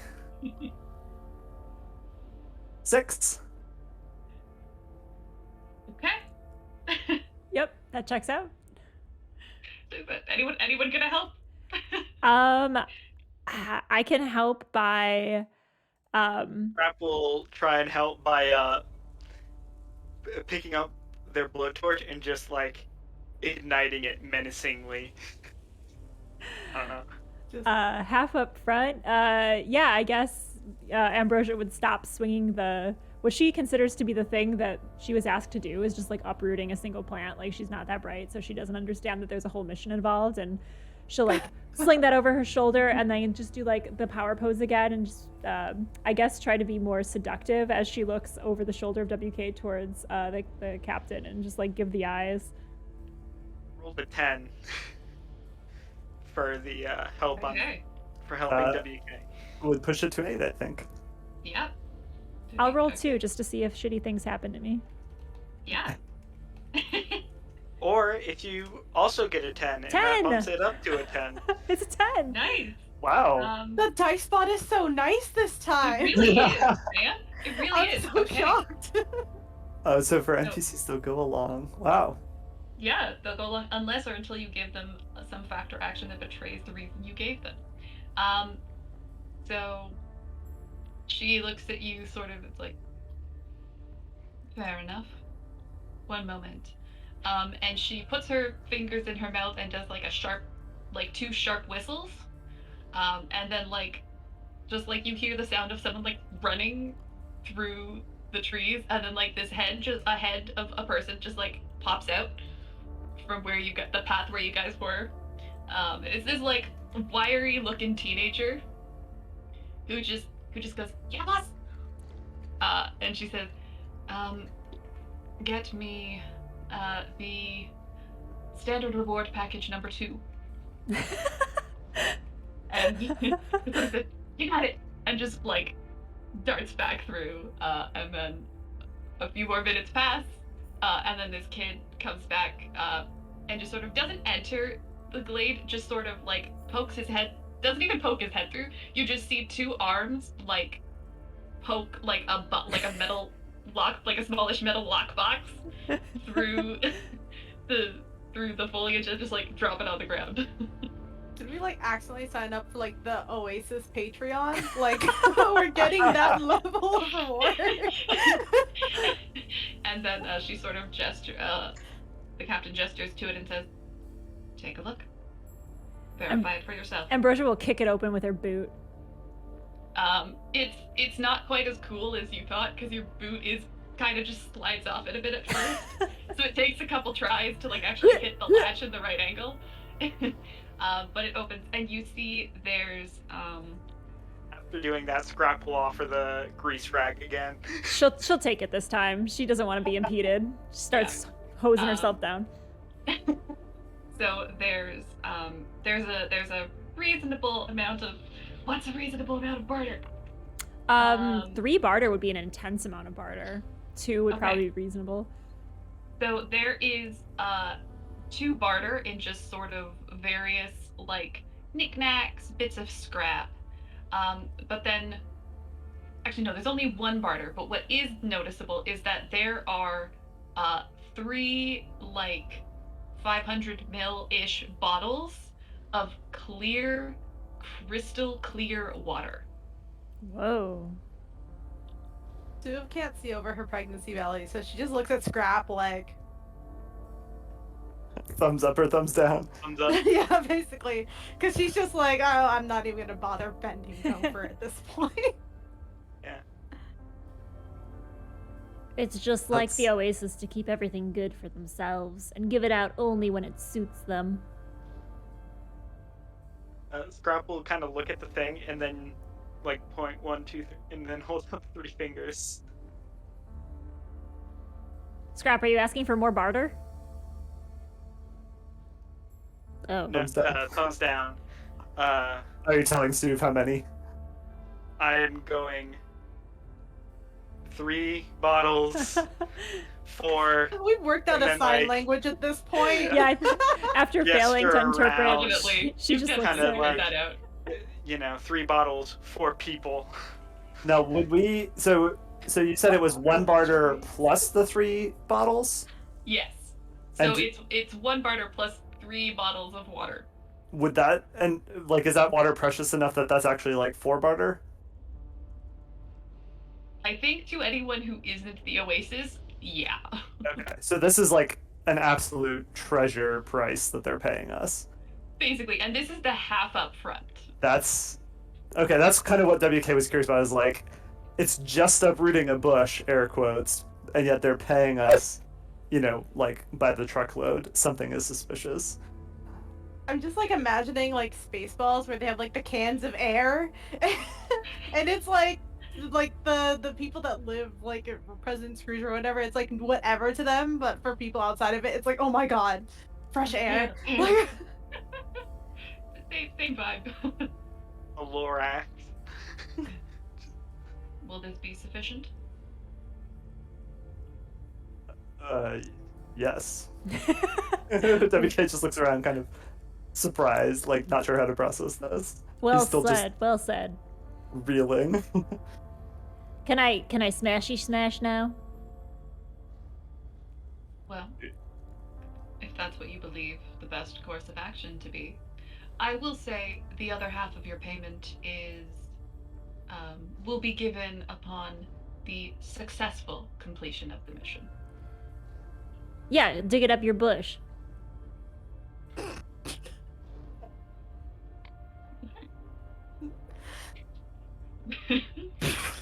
Right?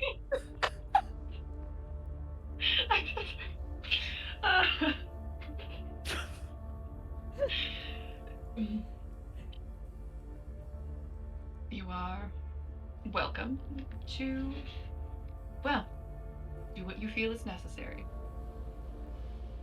And then Scrap she'll say, come find me when it's done. And she will turn and walk out of the glade.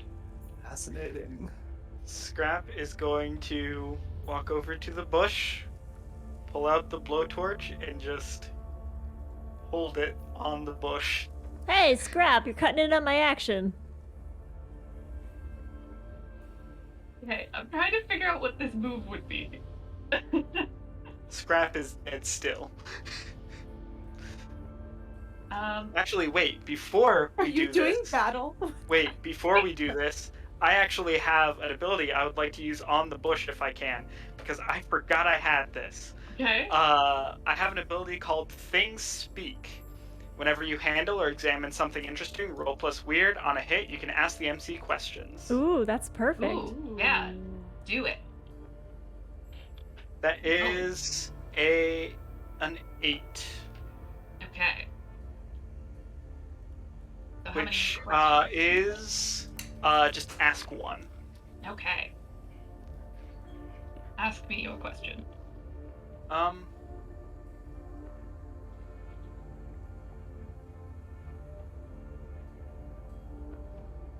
Yeah, I know which question would be more useful, but I'm trying to think what question Scrap would ask this. Because one of these questions is really interesting and esoteric, and I kind of want to do it. It's a one-shot. Live your best one-shot life. Yeah. Yeah, man. What strong emotions have been most recently nearby this? Okay. So as you you focus on this bush and trying to just like get a sense of what it is and what it's been, you are trying to get a sense of like emotions that have happened near it. You are almost overwhelmed because you feel like concern and confusion and a little bit of panic, but then you also feel just so many different sources of just hunger. Like that it feels like it's coming, this bush experienced it, but those emotions weren't here. And then in behind all of that is just this incredibly potent sense of ecstatic belief.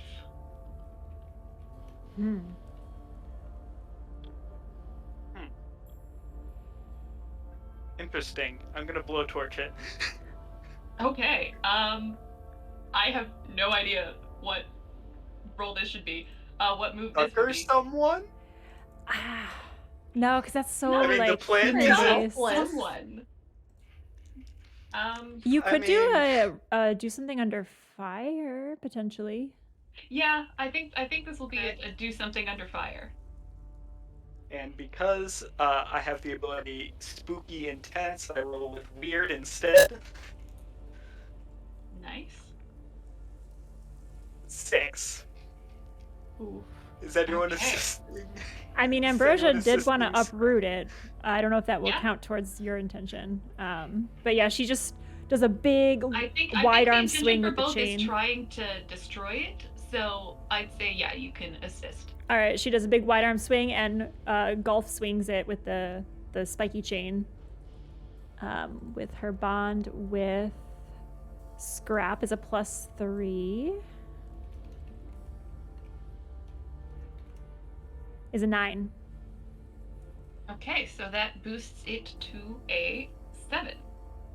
So on a 7, you flinch, hesitate, or stall.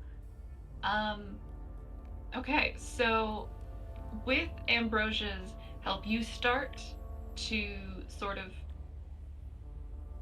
damage this weird shrub. And as you're sort of damaging it, you realize that it's not. It looked like a shrub, but it's actually like just what looked like branches are actually just coils of those same viney roots that you were seeing on Ew. the weird zombies. And as you start burning it and breaking it, the little bits are flying off, and it takes you a second to notice that each time, like, you're breaking a chunk off, the roots are growing closer and closer towards you, and you don't notice until they've started, or it looks like if you keep doing this, they will start growing. If you want to destroy this, you can, but the roots will be consuming you as you do, or like growing up you as you do it. Oh, wow. WK is going to pick up a scrap of root while you guys are busy. All right. I have another roll I would like to make. Mm-hmm. I would like to try and open my brain to the world's psychic maelstrom. Okay. Would I get any bonuses for being in a nexus of the maelstrom's power? You know what? Sure. Get +1. The GM is benevolent. I'm being benevolent in this here apocalypse. I'm glad you are. That's an 8. Okay.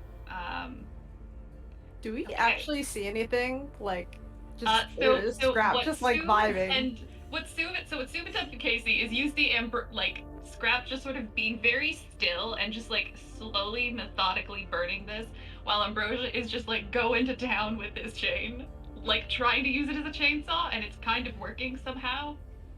And you can both see as they're doing this, those sort of roots start like creeping towards their feet and like up around their shoes.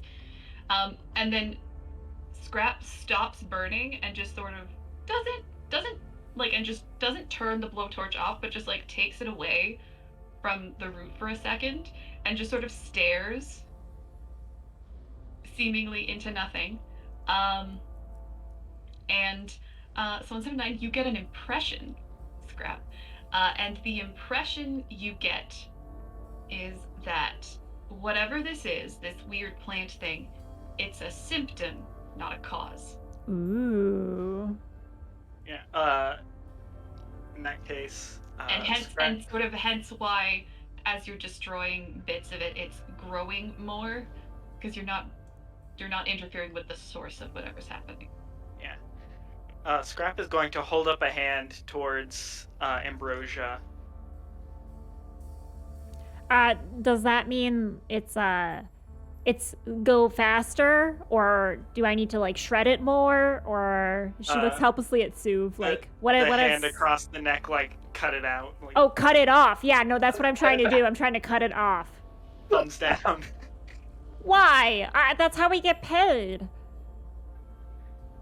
Wait. So what are those? Hand Yeah, up. I'm gonna sidle up and like act as a translator, like like Scrap is gonna make hand movements. I'd be like, okay, he Chewbacca wants you and to Han. stop. Just So Ambrosia will eventually get the picture, and the chain just kind of like, she's still holding her hand aloft, and then the chain with no momentum just kind of like droops downwards, and like she just kind of shoulders it over her shoulder. Fine.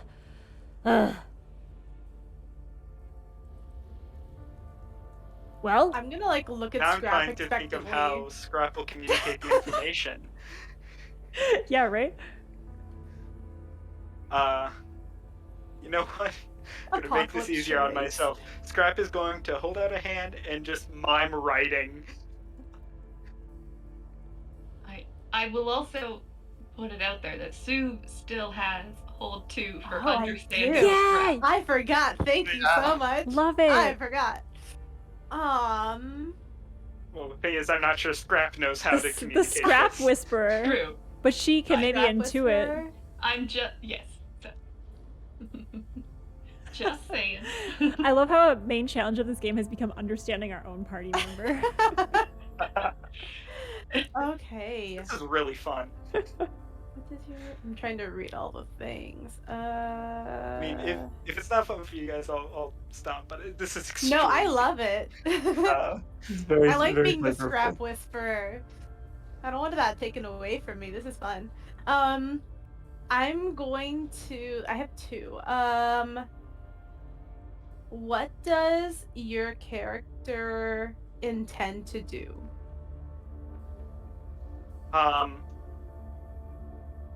Okay, I think I know how Scrap's gonna try and communicate it, and then you get your thing that says this is not the origin. They're gonna point at the plant, Mm-hmm. thumbs down, and then like payment, whatever the thing for payment is, handing something. I mean, the barter is like next to us, right? Mhm. You can Yeah, like gesture to it. not barter. Not. I don't know. There's The no dollar universal bills in the money apocalypse. Yeah, the universal money sign.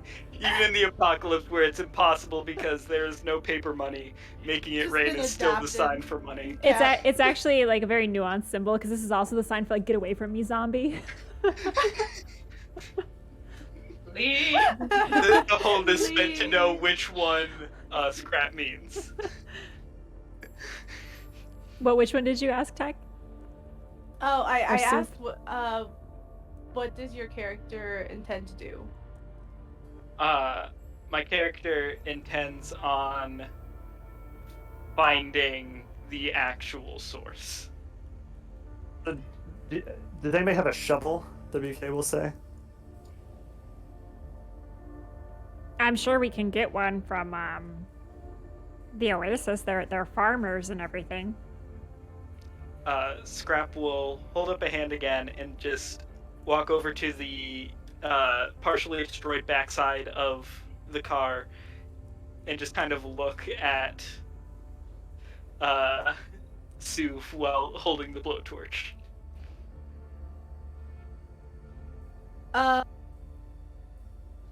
I'm going to also like I guess I walk over to the car and I'm assuming we have like a almost like supernatural like sort of thing where it's like I open up the panel and there's like a shit ton of weapons and I'm just gonna like just start pointing at things and I feel like WK and Unless there's a Ambrosia shovel are, in like, there, Scrap does not waver. I'll say you don't find a shovel, but there is like, as you're doing that, a piece of like an additional piece of metal just sort of falls off the back of the car. Perfect. That is somehow the perfect shape for a It's like- shovel. Like a giant Tostitos scoop.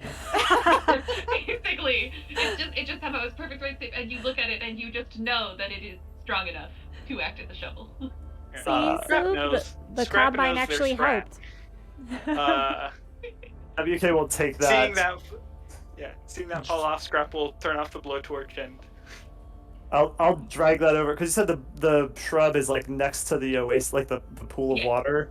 He will drag that over there, grunting because he's still limping and he's like just not that strong. And then he will like really put his back into it, shove it down into the sand, and try to like twist it over to basically dig a furrow between the bush and the water. He's trying to see if essentially these roots extend into the water. Smart.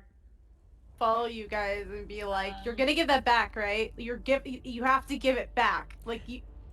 Yeah, just a little So- bit with more sand. Yeah, so you succeed at sort of, so you start digging and you make like a furrow, and you can see that it does look like the roots sort of, it's, looking at it, you can see that the roots do sort of go down into the water, but you can also tell that there is a main like taproot that seems to be going like just almost straight down into the earth, and if you want to read a charged situation, you might be able to figure out what direction it's pointing or Ooh. where it's headed to. I would love to do She that. says as it's like 9 minutes until GM changes. Perfect. I will happily do that. Yeah. And we know That's- from Scrap's, or Suv's reading of Scrap, that this is not the, no pun intended, root cause of the issue, Yes. correct? Okay. Right. Yeah. Okay. Roll plus sharp. And you still have a hold for reading Scrap? Mhm. Have one. Yep. You do indeed. All right. Yeah, so I will kind of really get in there. WK is actually perhaps suspiciously unconcerned with staying at a safe distance from the like riding vines and stuff. And yeah, so he is digging probably too close to the base of it as well. But yeah, he just gets right in there and scrapes the sand away and starts inspecting this taproot. And it looks like it's a 10. Nice. Okay. So you get to ask 3 of those questions. I'll do what should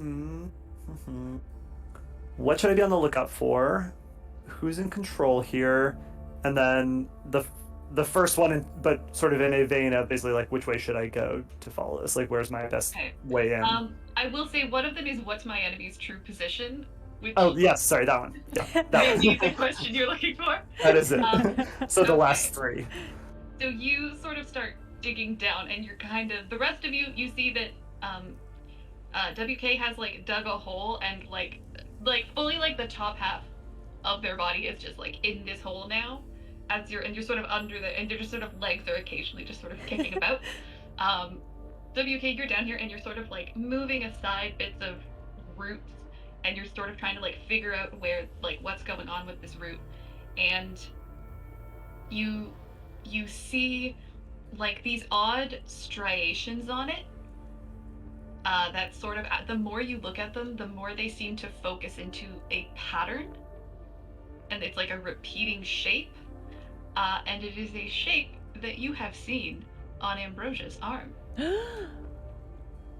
It is a shape, not like super detailed, but the vague shape that is the symbol of the ground turners. Yes, Ambrosia has 2 tattoos right above each other. She's always trying new affiliations with groups to thrill seek. So she has multiple brandings of all of her failed attempts at finding a thrill. Fascinating. Yeah, and as you get that sort of sense, you get the sense that like the way the root is sort of beginning to curve, you get a bit of a direction that it's to the southwest of your current position, and from sort of the change in like the thickness of the root, you can guess that it's like probably like 5-6 miles away. And then what you should be on the lookout for, you notice as you're sort of getting that information, as you sort of pull yourself back, you can see that like little bits of the root are starting to curl towards you, and almost looking like, you don't know how, but you're pretty sure these roots are hungry. So I will poke my head up out of the sand like an ostrich, point at Ambrosia's arm and be like, you've fooled around with more guilds than anyone can count. What was the one? You had their emblem, slapped it right on your arm like a fool, thinking you'd be with them forever. Listen, the body is temporary, so even if I did put down something on my arm, what does it matter? I might not have it the next day. And she gestures to Suv and Suv's prosthetic arm, kind of respectfully, like, see? But yeah. Suv doesn't take that at all respectfully. she's like, the body is just a vessel after all. But Take my that vessel. even less good than previously. Definitely opposite worldview. she's like, my vessel is marred by, various battle scars and these beautiful babies. And she'll like lift up her armor, which is like already scantily like clad. So like she has to like remove just parts of it that are covering up strategic parts of her arm, I guess. And so it's like 2 different tattoos. And as she's like pulling them off, she's like, is it this one? Is it this one? How about this one? As the tattoos go up the arm. Yeah, he'll point to the ground turners one, be like, them. Oh, the religious people. Yeah, they were boring and a little overzealous for my taste, and I'm pretty zealous myself. Well, this has their mark upon it, and judging by the growth, I guess not 5 to 6 miles south, maybe southwest of here, which I'm trying to I'm not sure if he would know this per se, but I'm trying mentally to map out if this is one of the things that Wild Grady described. Because I know he gave us stuff in every direction. Not specifically. Okay. And then, much more quietly to himself, he will look down, seeing the roots wriggling up, and he'll look in his weed killer bottle where there are currently 3 specimens of the roots already, and he will, under his breath, very quietly go, there are 4 of us. And he'll reach down and take another chunk of root. Oh, wow. And then he will climb out of the pit. Ambrosia, completely unaware of like her lack of jiving with Sue's worldview, like goes over and does like a pat on Sue's belly and like, yep, we're all just shells destined for the ground. Bodies are expendable. I'm clicking on my machete attachment. She's entirely too close to me right now, and we are not that cool. If it was Scrap, different story, but we're not that cool.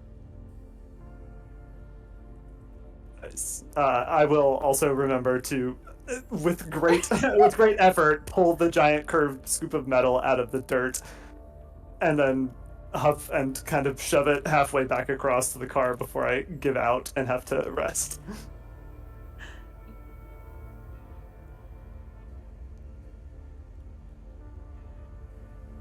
What are we waiting for?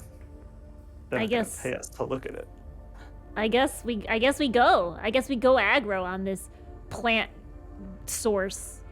I mean, if that was half of what they're gonna give us. Also, do you think like the source of the plant could be used as a decongestant? Because I have like high hopes about like finding a new thing that might, clear this up. Well, But, if your nose is broken, it's not going to bother you anymore. I think Ambrosia looks at you like she's always ready to get hyped, and she's like, "You want to try?" I'll sock her in the face, yeah. Why Let's not? do it. Let's do it. Chaos. Okay. Why not? So I guess I don't know how this Rolling works. aggro. There is I a don't person know. versus person combat, so it's do battle. It's PvP. Let me pull it up. I feel like Ambrosia thinks I'm sincerely helping her, and I'm just like, Probably. this is fun. So it's single combat. So roll plus hard. And I think, yeah, let me get to that page. But yeah, basically I think we're rolling plus hard. Oh, I was trying to find the page.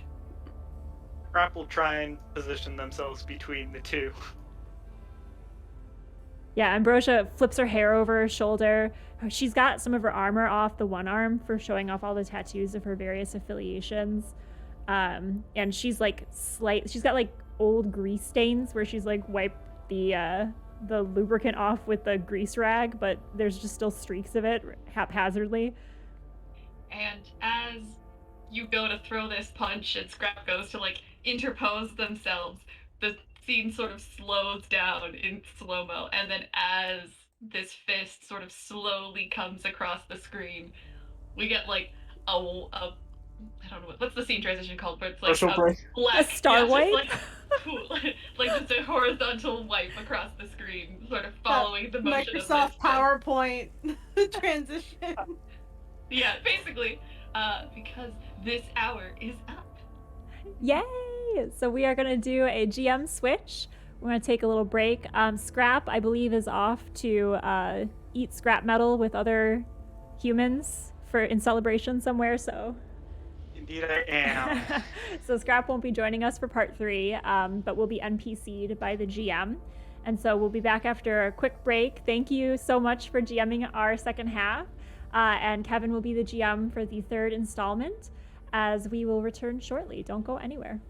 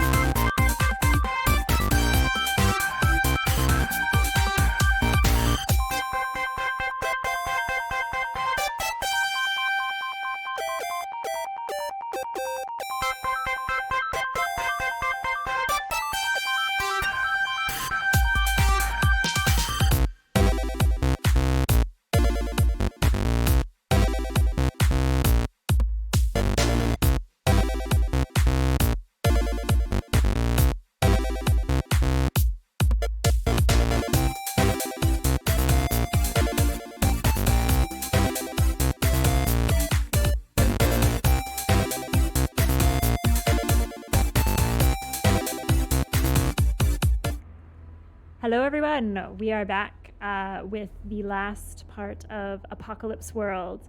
I believe punches were about to be thrown. So, Kevin, as our new GM, take it away. Okay. So we're gonna use the move to understand it, but then we're probably gonna flash to the aftermath of it. So first, if we understand it correctly, the single combat move is so who aggroed Suv? I did. Okay. So you get to you roll plus hard, because right after that you're gonna exchange harm, and the roll determines how much either extra harm you deal or how much less you take. And on a fail, it looks like it'll affect the repercussions as well. Okay. I got a 3 because it's sad. Oh Okay. no! So So that'll be fun. yeah, on a miss, your opponent chooses what. So each of you by default is harming the other, but Ambrosia and Pauline, you're now playing Ambrosia again. Okay, so Pauline, you get to choose. Do you, in your sort of response harm, inflict an additional harm, or mitigate basically the harm, one of the harm that Suv is throwing your way? Nope, you're muted. Haha, I am. Thank you. I am going to just mitigate one harm to me. Okay. And I'm assuming you that's a want to whole be clock harmed segment. because you want your nose to be broken for this experiment. Yeah, have you ever had a broken nose to clear up your congestion? Maybe that's what caused it. It might be. I don't know. I don't remember. I imagine they've probably gotten punched a number of times, so it's probably happened already. I think they were just angling for less, like, oh yeah, break my nose, and we're just like, yeah, let's fight. So we will flash forward or cut to the car driving in silence. Suv in the front seat. What do you look like? Because basically, Ambrosia got the better view in that exchange. So what did you lose or suffer as a result of that? My hurt pride. Because my whole motivation is like, I can still throw down, which I clearly cannot. So I'm just Okay. mopey and a little my pride is really hurt. I'm a little bit less Still doubt in you? fiery. Yeah. Okay. Ambrosia, you did not suffer harm. So how are you feeling about the fact that you bested Suv when Suv came at you? You're sitting in the back, I assume, with WK in the extremely loud wind, like it's like the back of a Jeep without the canopy on it. Can I mark the harm as emotional harm? Like, Sure. is that like? Yeah, let's do It'll it. be emotional harm. I feel like Ambrosia probably wasn't going for like significant amounts of like damage. It was probably almost just like muscle memory, like, oh, someone's coming to punch me. Better dodge. Yeah. Do you feel good about it, bad about it, or indifferent about it? I think kind of indifferent. There's sort of a bit of like, man, I almost had. What if she had hit me? Now we could have gotten into a real scrap. But also, if we're going to deal with the grant turners, we'll probably get into a real scrap anyway. Ambrosia, a masochist? I'm like concerned for her. I mean, little bit. Are they revving up for this like coming fight? I think so. I think they're like, Okay. yeah, it was. I mean, it could have been awesome, but it wasn't, and that's fine because this next bit, oh, it's gonna be Nice. So And then those small, like hit me again scenarios where it's like, yeah, let's go. and then small retcon. We'll actually say WK, you're in the front seat with Suv because I think Scrap is mutely sitting in the back while you drive, fixing the back. He is now consumed with this like patch job. So yeah, you're sitting in this incredibly tense, quiet car. What's going through your mind? WK is just glancing surreptitiously at the 4 plants that he's collected and just staring wistfully out at the horizon and saying, well, it's like I always said, gotta kill the weeds, and just kind of nodding to himself. Nice.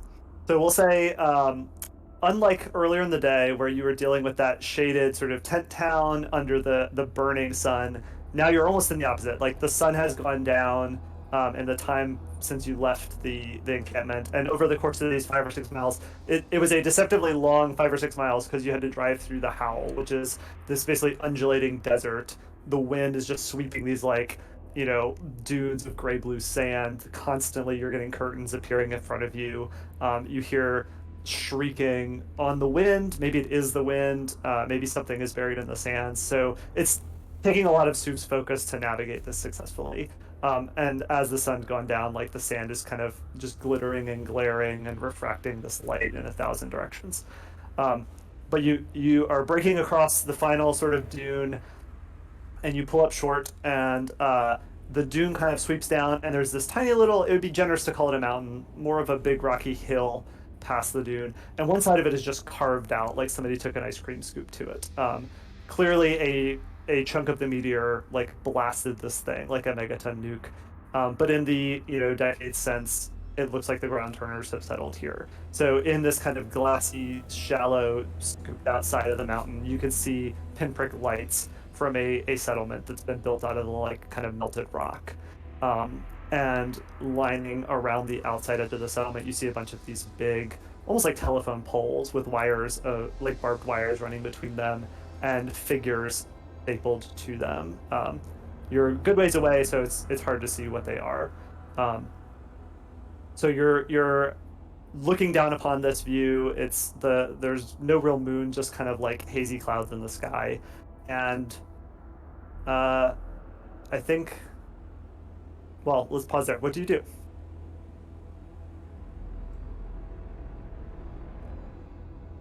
We're still in the car, correct? I assume so, unless you get out. I think WK would like to see what's on the poles that you mentioned. So maybe Okay. instructing Soup to get a little bit closer so that they can see what they're dealing with. Okay. Suv, are you comfortable taking your ride closer? Yes. Okay. And let's see, Ambrosia, have you been to this specific ground turner site before, or just you've fallen in and out with them, but maybe not been here? I don't think I've been here before. I feel like I've sort of been like, or maybe it was, but it was just in passing, and I don't really remember. Okay. Sort of been like, I'll join up, and then I'll leave, and then I'll join up again, and then I'll leave. Okay. So let's say this. WK, do read a sitch, and Suv, if you want to assist with your driving to see sort of how close you guys get and what you notice on the way.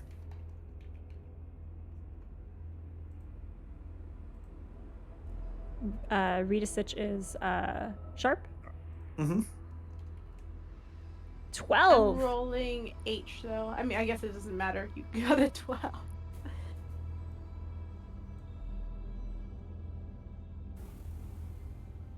I got an 8. Okay. So we'll say that your keen eyes help you avoid the several traps that you quickly find. Basically, there are kind of the spider web of ravines all emanating out from the one side of the hill, and a lot of sand from the dunes has kind of drifted across them. And in fact, in many places you see there's actually these woven lattices that have been laid to catch the sand. But Stu notices this the first time you feel one of your wheels starting to sink into one, and you correct. You also probably run over several zombies, which as you crunch over them, you hear they have bells on them.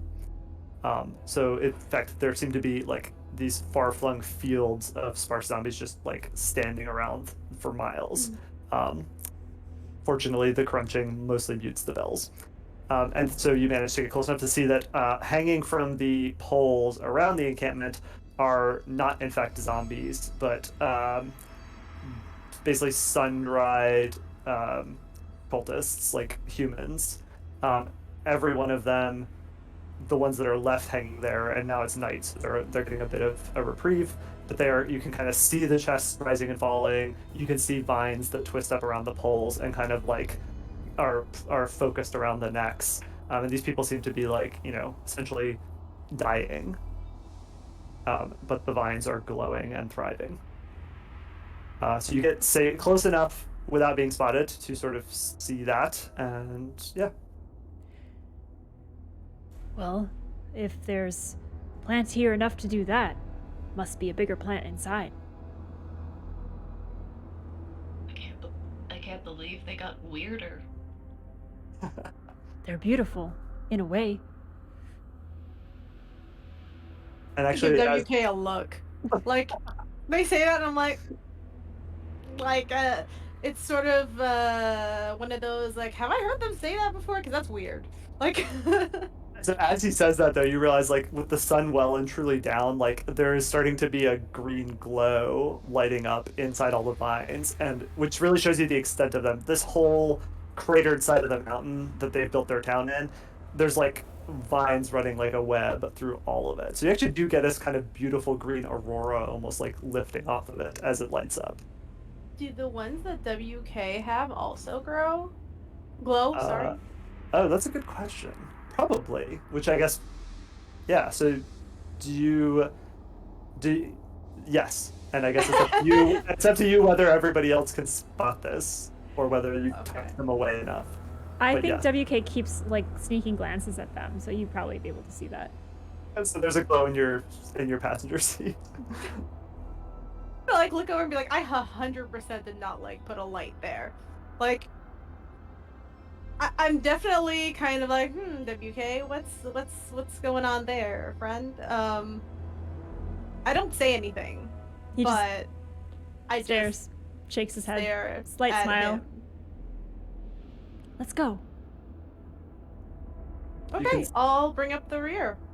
Are you driving in, or are you gonna park and venture out? So there's probably like a sort of a main gate, or not even a gate, just like an archway that you would pass under to get in.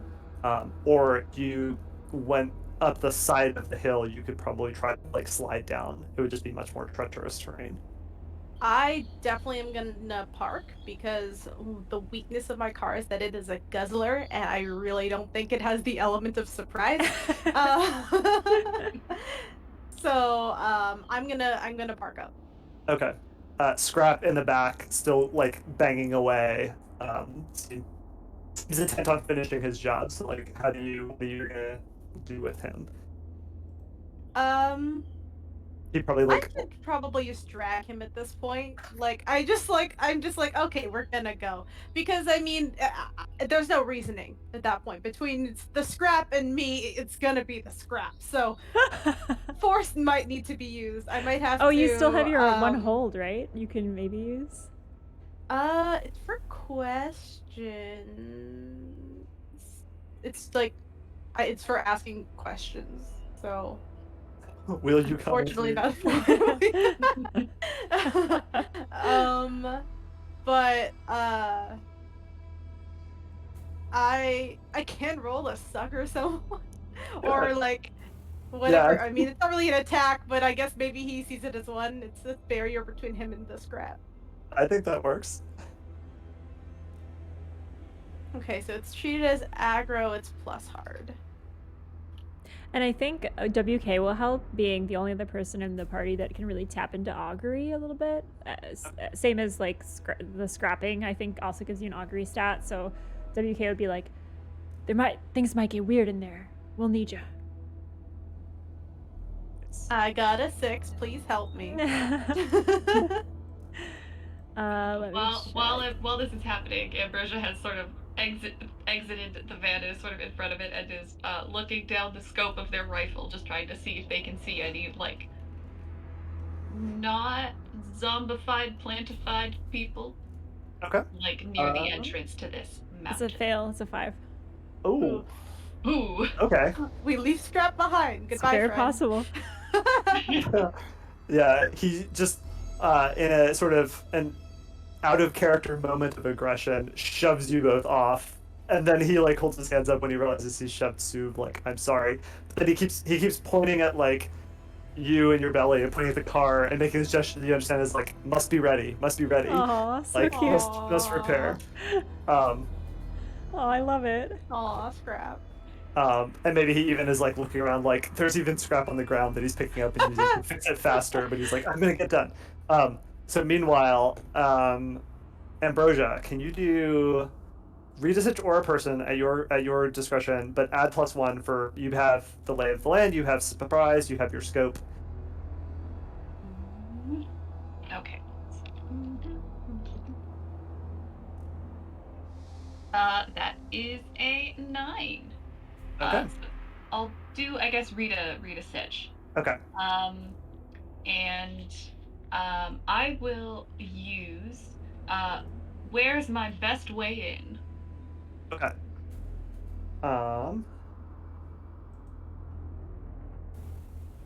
There is the main archway, but there is basically a corral of zombies over on one side of the encampment, like at the sort of the base of the hill, and there's actually just a simple gate that they use to let the zombies out to like roam the fields and serve as sort of sentries. They worship the zombies, so like they don't control them a ton, and that would actually be an easy way in. You just have to sidle through a corral of the zombies that aren't out in the fields, which there's fewer left because most of them are out right now. But there's maybe one sort of cultist ranch handy guy who's leaning on the fence asleep because it's been a long day, and he is not zombified.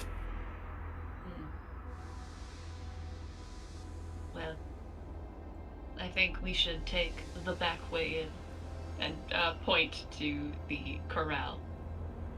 Plants are quiet. That's how they get by. Let's imitate them. Just gesturing for WK to go in front of me. WK just keeps smiling and nodding at you. I'll almost slow you guys down. I'll catch up. I'm not very stealthy. I have to go slow. Like, go ahead. Yeah, WK I'm will gonna try like to rub sneak my in. belly as if like, oh, and like. Yeah, he'll try to sneak in. He'll go first. He's fine with it. He's pretty excited, actually. Okay. I will follow. Excellent.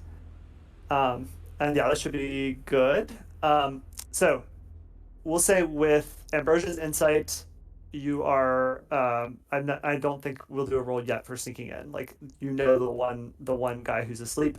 But you're seeing some zombies. These are like mid stage. Like they've clearly died a few times. All of them have plants, and at this point, the roots are not just like pulsing at their necks, but in many of them, where their clothing has become tattered, you're starting to see that almost like the roots are growing out, like under the flesh and replacing muscle, and in many places actually bursting through. Um, some of them are starting to be missing limbs, and you're seeing essentially like um, basically petrified wood bones that have grown in to replace them with sort of like this ivy nervous system folding, essentially bit by bit they seem to be replacing their anatomy. It seems to be being replaced with plant matter. They are for the most part just standing there inert. Do you want to do anything special or just quietly sidle past? I think WK is very interested in this. I mean, he's never seen a zombie like this before, and with his lifetime fixation on plants and weeds, and he's fascinated. Okay, so you're gonna like approach one? Yeah, I think so. Okay. So their plant matter is glowing a bit too, and as Suv watches you and your glow sidle up to one, you notice the plants in this zombie fluoresce brightly and immediately, and its head snaps back, like the eyes and mouth open, and there's like a green light coming out, like a smoky light, and before you can think or step back, one of the hands snaps up and just plunges out into your chest. Can I grab the hand that's reaching into my chest and try to do healing touch on it? Sure. It says that I open up my brain to the psychic maelstrom for that. Yeah. Okay. I think go for that. 2d6 plus, let's see, that's my weird, which is a +1. 10. Wow. Okay. It's just for healing on the plus, but I am like connecting to the maelstrom to heal, usually a comrade or something. Are you trying to heal yourself or the zombie? I feel like his intention is to connect with the zombie. He feels the zombie has very much connected with him. But yeah, maybe give some healing energy towards the zombie. Sure. Let's go with so maybe it plunges into part of your shoulder and you almost like like grab on and embrace it, and almost far from being like harmful, like you feel your life energy and it's kind of bridging. So yeah, what effect does this have on it? Yeah, I feel like we're linked in some way now. That is, I mean, however you want to take that, but I feel like WK has become linked to whatever entity or corruption or whatever's happening to this thing. He's linked to it in some way in his attempt to heal it. Because I don't think he's strong enough to heal whatever the heck's going on here. So Maybe the roots pulse for a second, and like the zombie that's kind of twisted within them almost like falls out of them like old clothes and just leaves this effigy of hollow roots. I think WK turns. Is the hand of roots still in his chest? Yes, but it's almost like growing in, and like the wound is feeling like non-painful. This is amazing, he says, making direct eye contact with Suv. I was saying, what do Suv and Ambrosia do about this? The ranch hand guy has not yet woken up. The zombie didn't like utter any sound when it did this. Nope, that ain't it. I don't know, does Ambrosia see this? I know she's the one leading us, so I'm not sure if... You're muted, Pauline. There was a conversation happening in the other room and I didn't want it to be overheard. Anyway, so yeah, I think Ambrosia was probably like, WK wants to look at the plan. So Ambrosia's intention was to go up to the sort of sleeping guard, quietly take out her spiked chain, and then just, look, we can't have anyone alerting the guards. It's bad. And then just basically wrapping it around his neck and using it as a garrote, even though it's very clearly a spiked chain. Okay. So I think that falls under the I think that falls under sucker, sucker someone. and I don't think you can miss with him sleeping. So, Okay. so Suv, there's your answer. Is you realize that Ambrosia has gotten ahead, and will describe what it looks like that they're doing to this guy as they look back at you and kind of shrug about WK. Like, so what's happening to the guy's neck? I feel like they've sort of like very quietly, just sort of like loosely, slowly like wrapped it around, and then you sort of make those motions, and they just sort of look at it like, and it's just sort of Like, it has spikes, it's not like a proper garrote, so I feel like you're like, yeah, it's, Oh god, it's so very violent. bad. goodness It's very gracious. violent. Ugh, love it. There's like the like beat for comic timing, and then the garrote and the guy's head stay where they are, but the body drops out from under it. Yes. Goodness. Yeah, so both your companions ahead of you, Suv, are in messy situations in various degrees of control. But that means it's up to you. Yeah, how do you want to respond to WK by yourself? WK is making direct eye contact with you with a vine sticking through his chest, like, this is wonderful. And you see the vines are actually growing down him towards his limp foot as well. Nah. I am going to use Eye on the Door Okay. and see what my best escape route could be. Okay. How does that work? Name your escape route and roll cool. On a 10 plus, you're gone. On a 7 to 9, you can go or stay. But if you go, it costs you. Leave something behind or take something with you. And GM will tell you what. On a miss, you're caught vulnerable, half in and half out. Okay. And I will let you tell me, are you looking for an escape route like to nope out of the situation and abandon the job, or more like an escape route to get everybody, including WK, out of this? Like treating escape route as like a solution to get out of this conundrum. You, in a sense of like physically escaping, is that what you're asking, or escaping or helping him escape from vine? Yeah. Like craziness? what? Yeah. Do you define as escape in this scenario? Just not being here, or not being in this situation to some degree. As fun as it would be to just be like, goodbye, peace. Scrap and I will make a life together. Honestly, I mean, it's the apocalypse. Yeah. I definitely debate it, and I'm struggling. We'll call it hormonal compassion, but I'm gonna try to find a way to help WK escape in a sense that I feel responsible for him. Okay. What is your Or escape HX? the situation. What is your HX with WK? +2. Okay, so add that to your roll. Okay.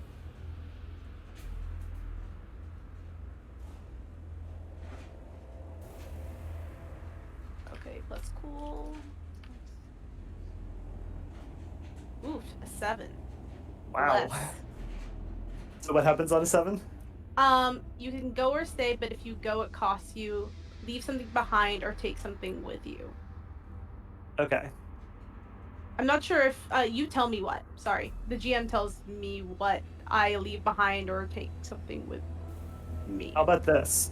You're looking for a way out of this situation. The vines have basically migrated down towards his leg. You have your machete arm. Okay, got it. On which It's part, okay. the vines or the leg? Whatever. That's what you leave behind, the leg. Yeah. I mean, is it at the root though? I'm concerned it'll keep growing. I guess that's what her aim is. Is like as if like that's the diseased part that is gone and she's just Yeah. Yeah. I think that would be the effect you would have. okay. I will. I guess it happens. It's not an aggro. It just Unless resolves. WK wants to do something about it, yeah. Unless WK wants to do something about it. WK says, "Life's motto. My life's motto has been get rid of the weeds, kill the weeds." And you're not sure if he's talking about the vine or his leg. Both. They go together. Yeah. So you have now a situation about as messy as what Ambrosia does. Just the opposite. Oh goodness. I guess there's a spare leg over there. I assume I mark some harm for that. I think so.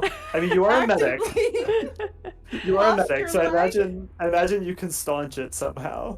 Yeah, I will look into that, but please continue.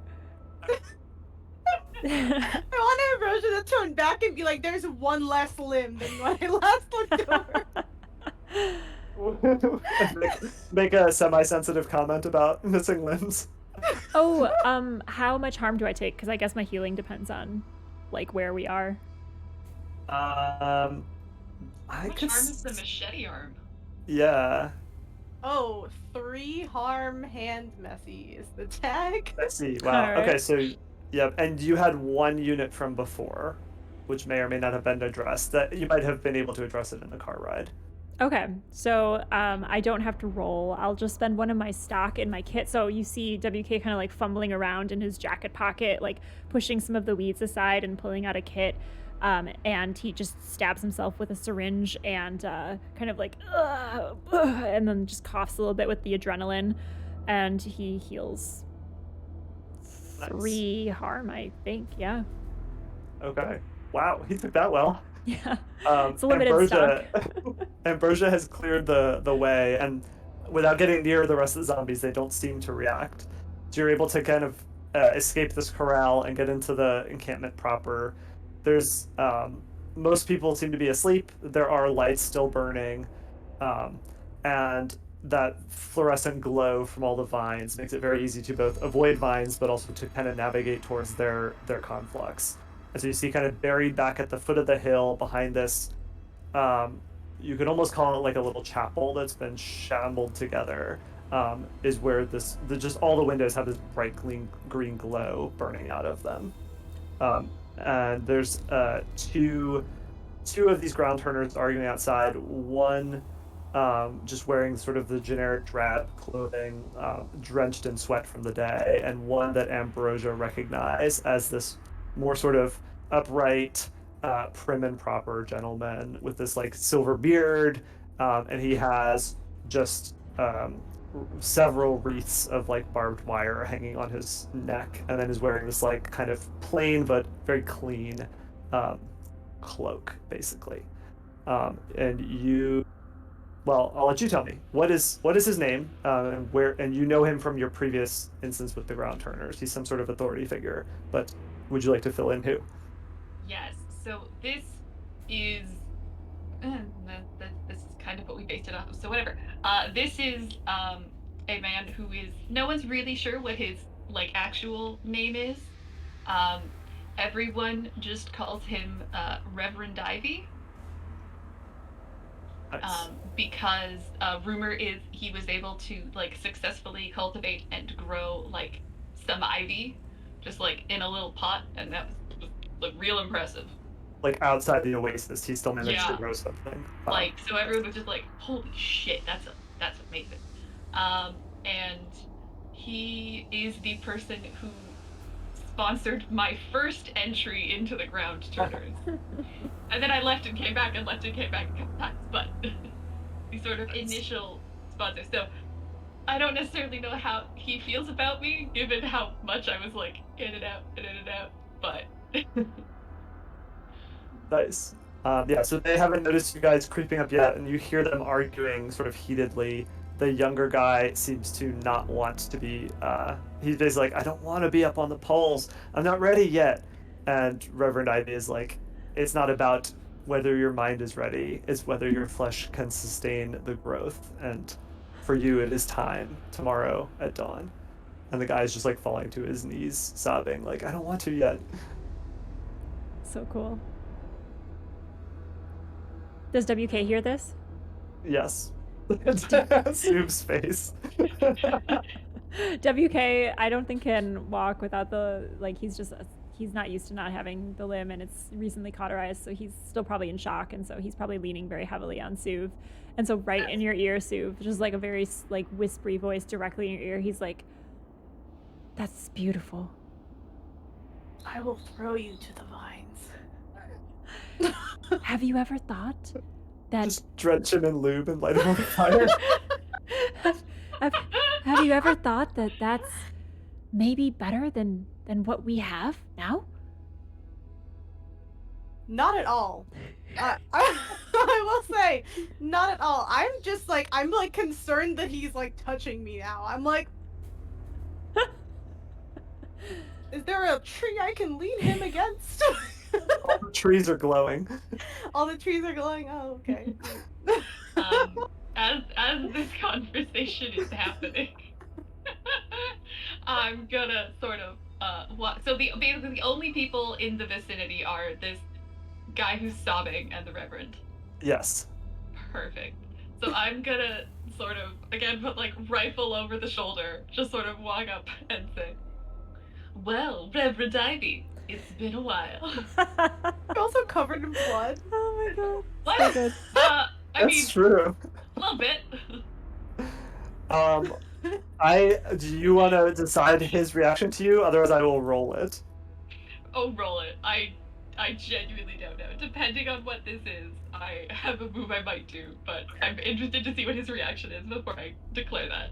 On a scale from -3 to +3, he is +3 history with you. He has nothing but fond memories of you as an acolyte who remained a free thinker. You are the best kind of ground turner, one who was here when it made sense and wasn't like faking it when it didn't. So he just warmly starts ignoring the sobbing guy, like, Ambrosia, the best of us. Oh, that's so kind of you to say. You sound congested. Oh, you know, it's as it's always been. I still haven't found anything congested. Searched far and wide, but no luck. What? You know, what's going on here? Like, I've seen all this, like, glowing plant life, and I've seen it other places. It's weird. Oh my child, the answer And to both of intriguing. these, the answer to both this and decongestants is right inside the chapel. Follow me. Ooh. I'm in. Now, I'm not saying I'm gonna let myself be consumed by a plant monster, but I will definitely go inside the chapel and see what's up. WK will follow, but does not make any such concessions on the first point. I'm gonna let WK crawl. I'm not carrying his ass. I'm not going into the glowing chapel. Someone has to run if this happens. WK will kind of hobble forward. And actually, is there like a vine or actually, could he like use some of the vines that were cut from him as like they were pretty hardy? Yeah, like a crutch to kind of move forward. Sure. Yeah. I think that's fair. Yeah. And so you hobble past the guy who's sobbing on the ground, but his sniffling has stopped, and he's looking up like, oh, I caught a break. And he looks over at Suv and just whispers kind of quietly, "Can you get me out of here?" Because you look like, unknown to him. Gesture backwards. I'm gonna be like, no one there, and let him run past me. Nice. Through the corral. Yeah. Okay. Before he goes, I think WK would be like, "What is the nature of your assignment, son?" Like his duty in the morning, or his day-to-day job? Yeah, no, what he was crying about. I too wish to be on the polls. Yeah, he's interested about the polls.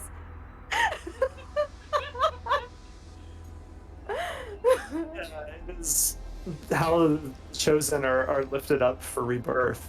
A day drying out the flesh to make room for the night to instigate growth. This is how we achieve the first death, and from there, well, nature supposedly takes its course, but I'm not sure I'm ready to find out yet. So, by all means, take my pull. Ye of little faith, I've seen some things. And WK will like kind of look at get in his plant pouch and crutch away into the chapel after the others. Nice. I would say, Suv, in the distance outside the corral, you hear a sound that is very difficult to place if you hadn't heard it a few times on the way in. It's the sound of bells being crunched by heavy tires. Scrap's having a grand old time. I love it. And you could just faintly hear the engine getting louder. But yeah, so inside the chapel, you see this pulsing ball of vines wrapped around essentially a chunk of meteor. It's almost painfully bright, glowing green light. All around the room, the vines have zombies twisted into them. Most of these, like, again, are almost completely replaced the flesh with plant matter. And then also lying around, essentially, in most of their hands, the hands are like fused together, but are various pieces of barter, right? So like offerings. And Reverend Ivy goes over to one and plucks it. He's like, nope. He's like, I know we got barter from an old medicine depot. And he pulled up like a really, really crumpled box of Sudafed. He's like, this will work in the short term. I've tried it myself when the raging ailments sweep through. But for true purity, you should join the forest and leave these pains of the flesh behind. I think I reach out, like, as soon as he hands me the decongestants, like, I'm completely ignoring it. Like, I'm just like, it's everything I've wanted. You like don't even read the dosage, you just chug it. I'm just like slowly like opening the box and like taking out. I'm so excited for the reveal of Ambrosia's like non-congested voice. And then just like my hands are like shaking as I just like pop one out. He's like still self-aggrandizing, like looking at the roots, like totally ignoring. and then swallow it, sort of put it back, put it in, I don't know, like tuck it somewhere in my armor. Nice. And then, like, how much do you take for a lifetime of nasal congestion? Like in toxic air in the apocalypse. Yeah. I'd probably take 2, which is really too many for it to so I have to get like my heart starts beating a bit faster. Yeah. Definitely not talking from personal experience. WK, how are you reacting to? Are you just like enraptured by his like diatribe? Yeah, I think WK is at this point like having been collecting the plants and is kind of moved by the fact that like he's a bit of a nihilist, and he's like, maybe this life isn't as good as we thought it was. Maybe the weeds were us, you know, like he's kind of like switching his perspective a little bit, and he's like seems to be ready to be converted, but keeps looking back at Suv and at Ambrosia, like the people that have most tied him to this life. Ooh, okay. Well, in that case, I can think of several ways to resolve this, and I feel like it should involve history rolls. And the question is, do you want to make history rolls to see if their presence keeps you here, or do they want to make history rolls to see if they can pull you back from the brink? I would let them roll for me and Okay. see if they would have to do something, I think, to intervene. But he's Okay. willing. Now it's your chance, or you can just push. We still have those bottles of water, right? Yes. Yeah. I mean, they might be in the car. Which is now growing louder as you see And headlights. closer and closer. Yeah, bust through No, the I edge don't of the have any corral. on me, right?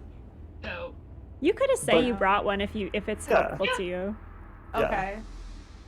When he's not looking, I'm gonna pour one on my crotch and yell that my water broke. What? What a And that I'm in twist! immediate distress and I need Uh, help. What a twist! The That headshot. water is worth like 3 years of our life, like toiling and laboring.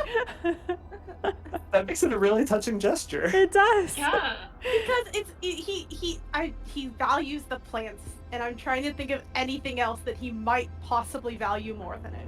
That makes sense. Awesome. Cool, roll it. Oh god. Let me just take this $1 million help? and light it on fire real quick. Yeah, I think like Things we Yeah. do for friendship. it'd be what, 2d6 plus your history with him? Yes. And I had +2, I believe. And then I guess +1 for the barter you're spending. Yeah. 13. Hello, Wow. Nice. So, how does that go? I'm not sure if I'm supposed to direct what WK is doing, but I am literally acting my life out here because I'm like, this is a problem. I'm like on the ground, like I need help, and I'm like trying to like make a gravity of a situation, to make enough noise to have WK maybe snap out of it and notice me, and same to an extent Ambrosia, and just to sort of like scoot backwards. I'm gonna try to like lure him. I don't know how else to like be like, I need help. Like I'm scooting backwards to the cart. Like we have to get out of here. And yeah, I'm just gonna do that. What is Ambrosia doing? So Ambrosia having they inhale through their nose For the first time. for the first time in as long as Oh they can my remember. goodness. And say, sorry, Reverend Ivy. Yes. That's perfect. Oh, Thank you. spicy. What? So like doing the nasal voices, it's really hard to keep a straight face doing it now. Thank you for your very kind gesture. I appreciate everything you've done for me. But I think you've always admired me for being a free thinker, and I think this is going too far. If it is nature's will, then it is not our place to interfere and advance it. Nature will advance its cause as it sees fit. All we need to do is live with it. I do appreciate that perspective. But I would like to be manipulating. Okay, go for it. You're like hypnotizing him with your new voice. Yeah, Like God it's- nerfed you by like giving you nasal congestion because you would just be too strong otherwise. He's just like melting into the syrup of sound. Yeah. While this is happening, WK will react to Soup after you resolve this. That's a 9. Okay. Um, I feel like we should bump it to a 10 for the +1 for the voice. do I get +1 fantastic because of voice my actor. history? And Yeah. it can also be +1 because I've got history with him. That works. Yeah, which you have a ton. Yep. Yeah. So on a 10, they'll go along with me unless or until some fact or action betrays the reason I gave them. Okay, so he finally turns around, stops like eulogizing to the plan. He's like, but of course, everything in its own time. I did not get here overnight, and he like draws the robe aside, and you can realize that basically from the collarbone up, he's still a human head, and everything else is just like a plant elemental Oh at this point. wow, so cool. And he's like just Ooh. starting to grow taller, filling this little chapel, but I but not in like a malicious like keeping you there way, just sort of a like here's what you can look forward to, totally ignoring WK. I think WK seeing Ambrosia kind of, convincing this priest and seeing Suv showing what human life, like the value of human life, and like a new birth. WK like looks deep within himself, and he's a nihilist at heart, and I think he would consider the importance of what Suv is going through, but for himself, he like doesn't see himself as part of it. So he's like, take care of yourself, kid. Be all right out there with Scrap, with Ambrosia. I've got this. 4 for all of us? No, 4 for me. And he opens his bag and takes out the little plants that he's been collecting, the 4 that he originally had designated for each person in the party. And he embeds them all into the chest wound that was created earlier by the vine arm, and just like shoves them all in there and says, I've got this. And his intention is to hopefully merge with this power to like, I don't know, help his friends get out of here, or, Nice. do something Do you to wanna help use- advance their mission. Do you want to use Touched by Death? Yes, I do. Yes, I do. So I Shooting roll away, like, augury. not like that! Not like that! I'll roll with augury then. Let's see. And at this point, yeah, you can hear the corral fence essentially busting. You can hear alarms and shouts start going up, but basically you see the headlights bouncing through the corral, like shadows flying past the hood as Scrap is like plowing through zombies. Clown car. Clown car zombies. I got an 8. An 8. Okay. I'll turn this over to you. How does that work? My thought is that yeah, you are going to buy time / neutralize, and that will allow sort of either an escape and or like a killing shot type thing to come in from the arsenal that's pulling up. Yeah, I think exactly. However you guys want to deal with it, but he's like hoping to essentially get into a stalemate or some kind of like cosmic arm wrestling with this plant, like merging with it, or because he felt a taste of it earlier, and he saw the vine creature and like wasn't freaked out by it, but was almost a little bit more freaked out by the what he thought is like a live birth happening in front of him. So he's picked his side, but like not in a malicious way, just kind of in a this is where I belong kind of a way. So yeah, similar to before, like you get like sort of the eye in the sky. He's almost looking down on himself, but this time it's every star in the sky. Like he's seeing down like he's a dragonfly, like 1,000 times over, seeing the chapel, and it's this burning green bonfire. And then he starts zooming into it one vision at a time, and it's like wresting control, feeling this like beating vine heart, and pulling the blood essentially away from the reverend. And at this point, finally, he's starting to be like, what's going on? And you can feel like a suction pulling against you. But as you guys are in that tug of war, like the clown car skids to a dusty halt, like a foot away from Suv, and Scrap 2 thumbs up out the window. And the back of it now is like got it's chromed out. There's turbochargers. There's like a tow hook. There's extra gas tanks mounted on the All outside. that time to like collect the scrap they didn't care about out there. So. Yeah, he made good. So Ambrosia and Suv standing outside as you see essentially WK disappearing into vines and light, and the chapel is almost starting to like bow outwards from the growth inside. But yeah, what do you do? I would this may not work. I would like to take my rifle and attempt to shoot the reverend in the head. That's on brand. So that makes sense. Yeah. Friend. Yeah. Unfortunately, I have a -1 to hard, so I'm really good at threatening to hurt people, but not so good at the actual hurting. Yep, it's all about the posturing. Unless it's Suv. Unless it's Unless it's me. Holy shit! I rolled 2 6s, so that's Hell 11. yeah! This Thank take you, us, blessed Diebot. yeah, take us to the finish line. So I think like sort of backlit by these headlights that have pulled up, Ambrosia sort of takes a puts the butt of the rifle up against their shoulder, takes aim, and then just sort of says, "Thank you for letting me breathe for the first time. This is a mercy." And then I'm going to shoot, and I think it just goes like clean, just like straight through one temple and out the other, and then it just sort of crumples, and the vines start to sort of recede as all of that power and what to do with it sort of flows into WK. Nice. Nice. Love how introspective Ambrosia got. It's like all she needed was the decongestant. Yeah. It was like clouding her brain. WK doubles over with the power and looks up at you both and kind of locks eyes with both of you and says, "You can tell them you fulfilled the mission.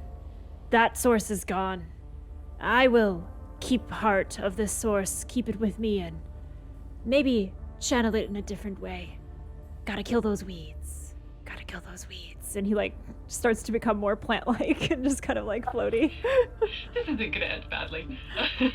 Nice. So as you guys are climbing in the car, and you could hear like the ground turners, like the cultists, basically at this point all shouting and flocking towards the car. The glowing web of vines through the whole town. The color shifts just slightly, and basically they start bursting up and snaring cultists and just dragging them under. You like bump Scrap out of the driver's seat, like gun it. and there's WK's vines voice just, is like, everywhere, just saying, "Gotta kill those weeds, gotta kill those weeds, gotta kill those weeds." And they're just like parting, like dragging cultists aside, screaming as you get like a nice runway out. Like the whole time, like no, I'm out. No, I'm gone. I'm gone. Bye. Like I'm thoroughly like freaked out. This is like the most supernatural thing that's happened to me thus far. And I'm just like, no. I didn't even care when I shoved Scrap over. I just like knocked him into the back somewhere, and I was like, "Listen, get out! You can't drive." Awesome. Yeah. And that seems like a good beat to end. We drive off the moon, right? Yeah. Off the plant ramp. The last end scene is just the vines creating the end on the screen, and like you hear like, "Gotta kill those weeds," like as the screen fades to black. Oh God. Yes, that was amazing, you guys. Thank you so much for playing, for GMing, for going on a zombie killing apocalyptic adventure. It was amazing. Anything you'd like to say as we end? Typically, it's an epilogue for your character, like where you see them at the end in like a sentence or two, and who you are in real life, and any projects you're working on that you'd like to share with us. Let's start with Kevin. This was super cool. I have always wanted to try Apocalypse World, and the rotating GMing was fascinating and hilarious. It was neat to be able to sit on both sides of the table in the same session. It was particularly cool handing off a character and seeing somebody else play it, so that was neat. But yeah, I'm Kevin, and yeah, this was awesome. Wonderful. Anything you're working on? Where can we find you online? Yeah, I am also dabble in making games. So my brother and I are Mirror Morph Games, and we are currently working on season 2 of Atma, which is a role-playing card game that is very heavily inspired by Power by the Apocalypse. So I live and breathe in this stuff. Awesome. And where do you see WK ending up in a sentence? What's your epilogue for WK? I'm gonna ask you that since you played it last. No, I would love it. You're his generator. Let Okay. Let me. Yeah, I teed you up. Where's No, his that's- ultimate life leading him? Yes. I think plant god who gains a renewed appreciation for human life, and maybe starts trying to more clearly delineate those two, so the zombies and humans stay a little bit more like distinct and stops trying to blend them. Awesome. I love it. And Pauline, epilogue for your character. Who are you and anything you're working on? So I think Ambrosia, having now experienced what it's like to actually breathe through your nose consistently, is kind of a changed person. And whereas before they were just kind of like in it for the thrills, they've calmed down a bit and are a bit more just like, maybe I should focus more on helping people. A reformed battle babe. I love it. Yeah. Can we find you on the internet anywhere? And are you working on anything? No. Love it. I'm just a person. Love it. I love it. But I had this was lots of fun. I had a great time. This was also Pauline's first time GMing the system. Time GMing anything played by the Apocalypse. Wow, that's super It was really good. Thank you. She started with OG system. I love it. So it was a lot of fun. Thank you nice all. job. Great. So glad you could GM with us. Thank you both. And Tech, epilogue for your character. And who are you? And are you working on anything? Epilogue for my character. I think I guess I'll wrap up Scrap too. I'm gonna say that my baby is in fact now born, not fake born as previously happened. And you'll see like Scrap trying to retrofit my car with like a car seat. But I'm having to show him all the edges he needs to like weld off, like, because they're too sharp. And basically, seeing the more semblance of a more stable home, in Scrap's junkyard, like a little sequestered off corner, seems less adventuring, and I finally have a prosthetic arm that is not a gear shift or a machete. That Scrap gifted me as a baby shower gift. I'm gonna say I also have a wooden crib in the corner, which is where the baby is, and we're just gonna hint that was from WK, in his own way of showing care and love. And then I have a butterfly knife that's locked in a box because Ambrosia decided that this was baby's first weapon was like the best idea. So it's locked away until she can teach him how to use it. Love it. And you as a person, are you on the internet anywhere and doing anything at the moment? I'm Tech. I play a lot of games on Allison's channel. I am working on starting a shop. You'll see some of my art on the channel, just about of some of the characters, etc. And when it starts up, y'all will be the first to know. Indeed, we will. We are so lucky to have you all here today. Thank you so much for playing. Thank you all for watching. I hope you had a good time, and we'll see you back. Well, I mean, you are all invited back personally, but generally we will be back next Sunday. I think Tech, actually 2 of you will be back in the next game. Stallion. We're finishing up Rapscallion next Sunday morning, but Sunday mornings are regular TTRPG spot. Less aggressive character. I'm not. But thank you all so much. Have a great rest of your day. Stick around. We'll be rating someone who's also playing TTRPGs this morning, and take great care with the rest of your Sunday. Bye now. Thanks. Bye.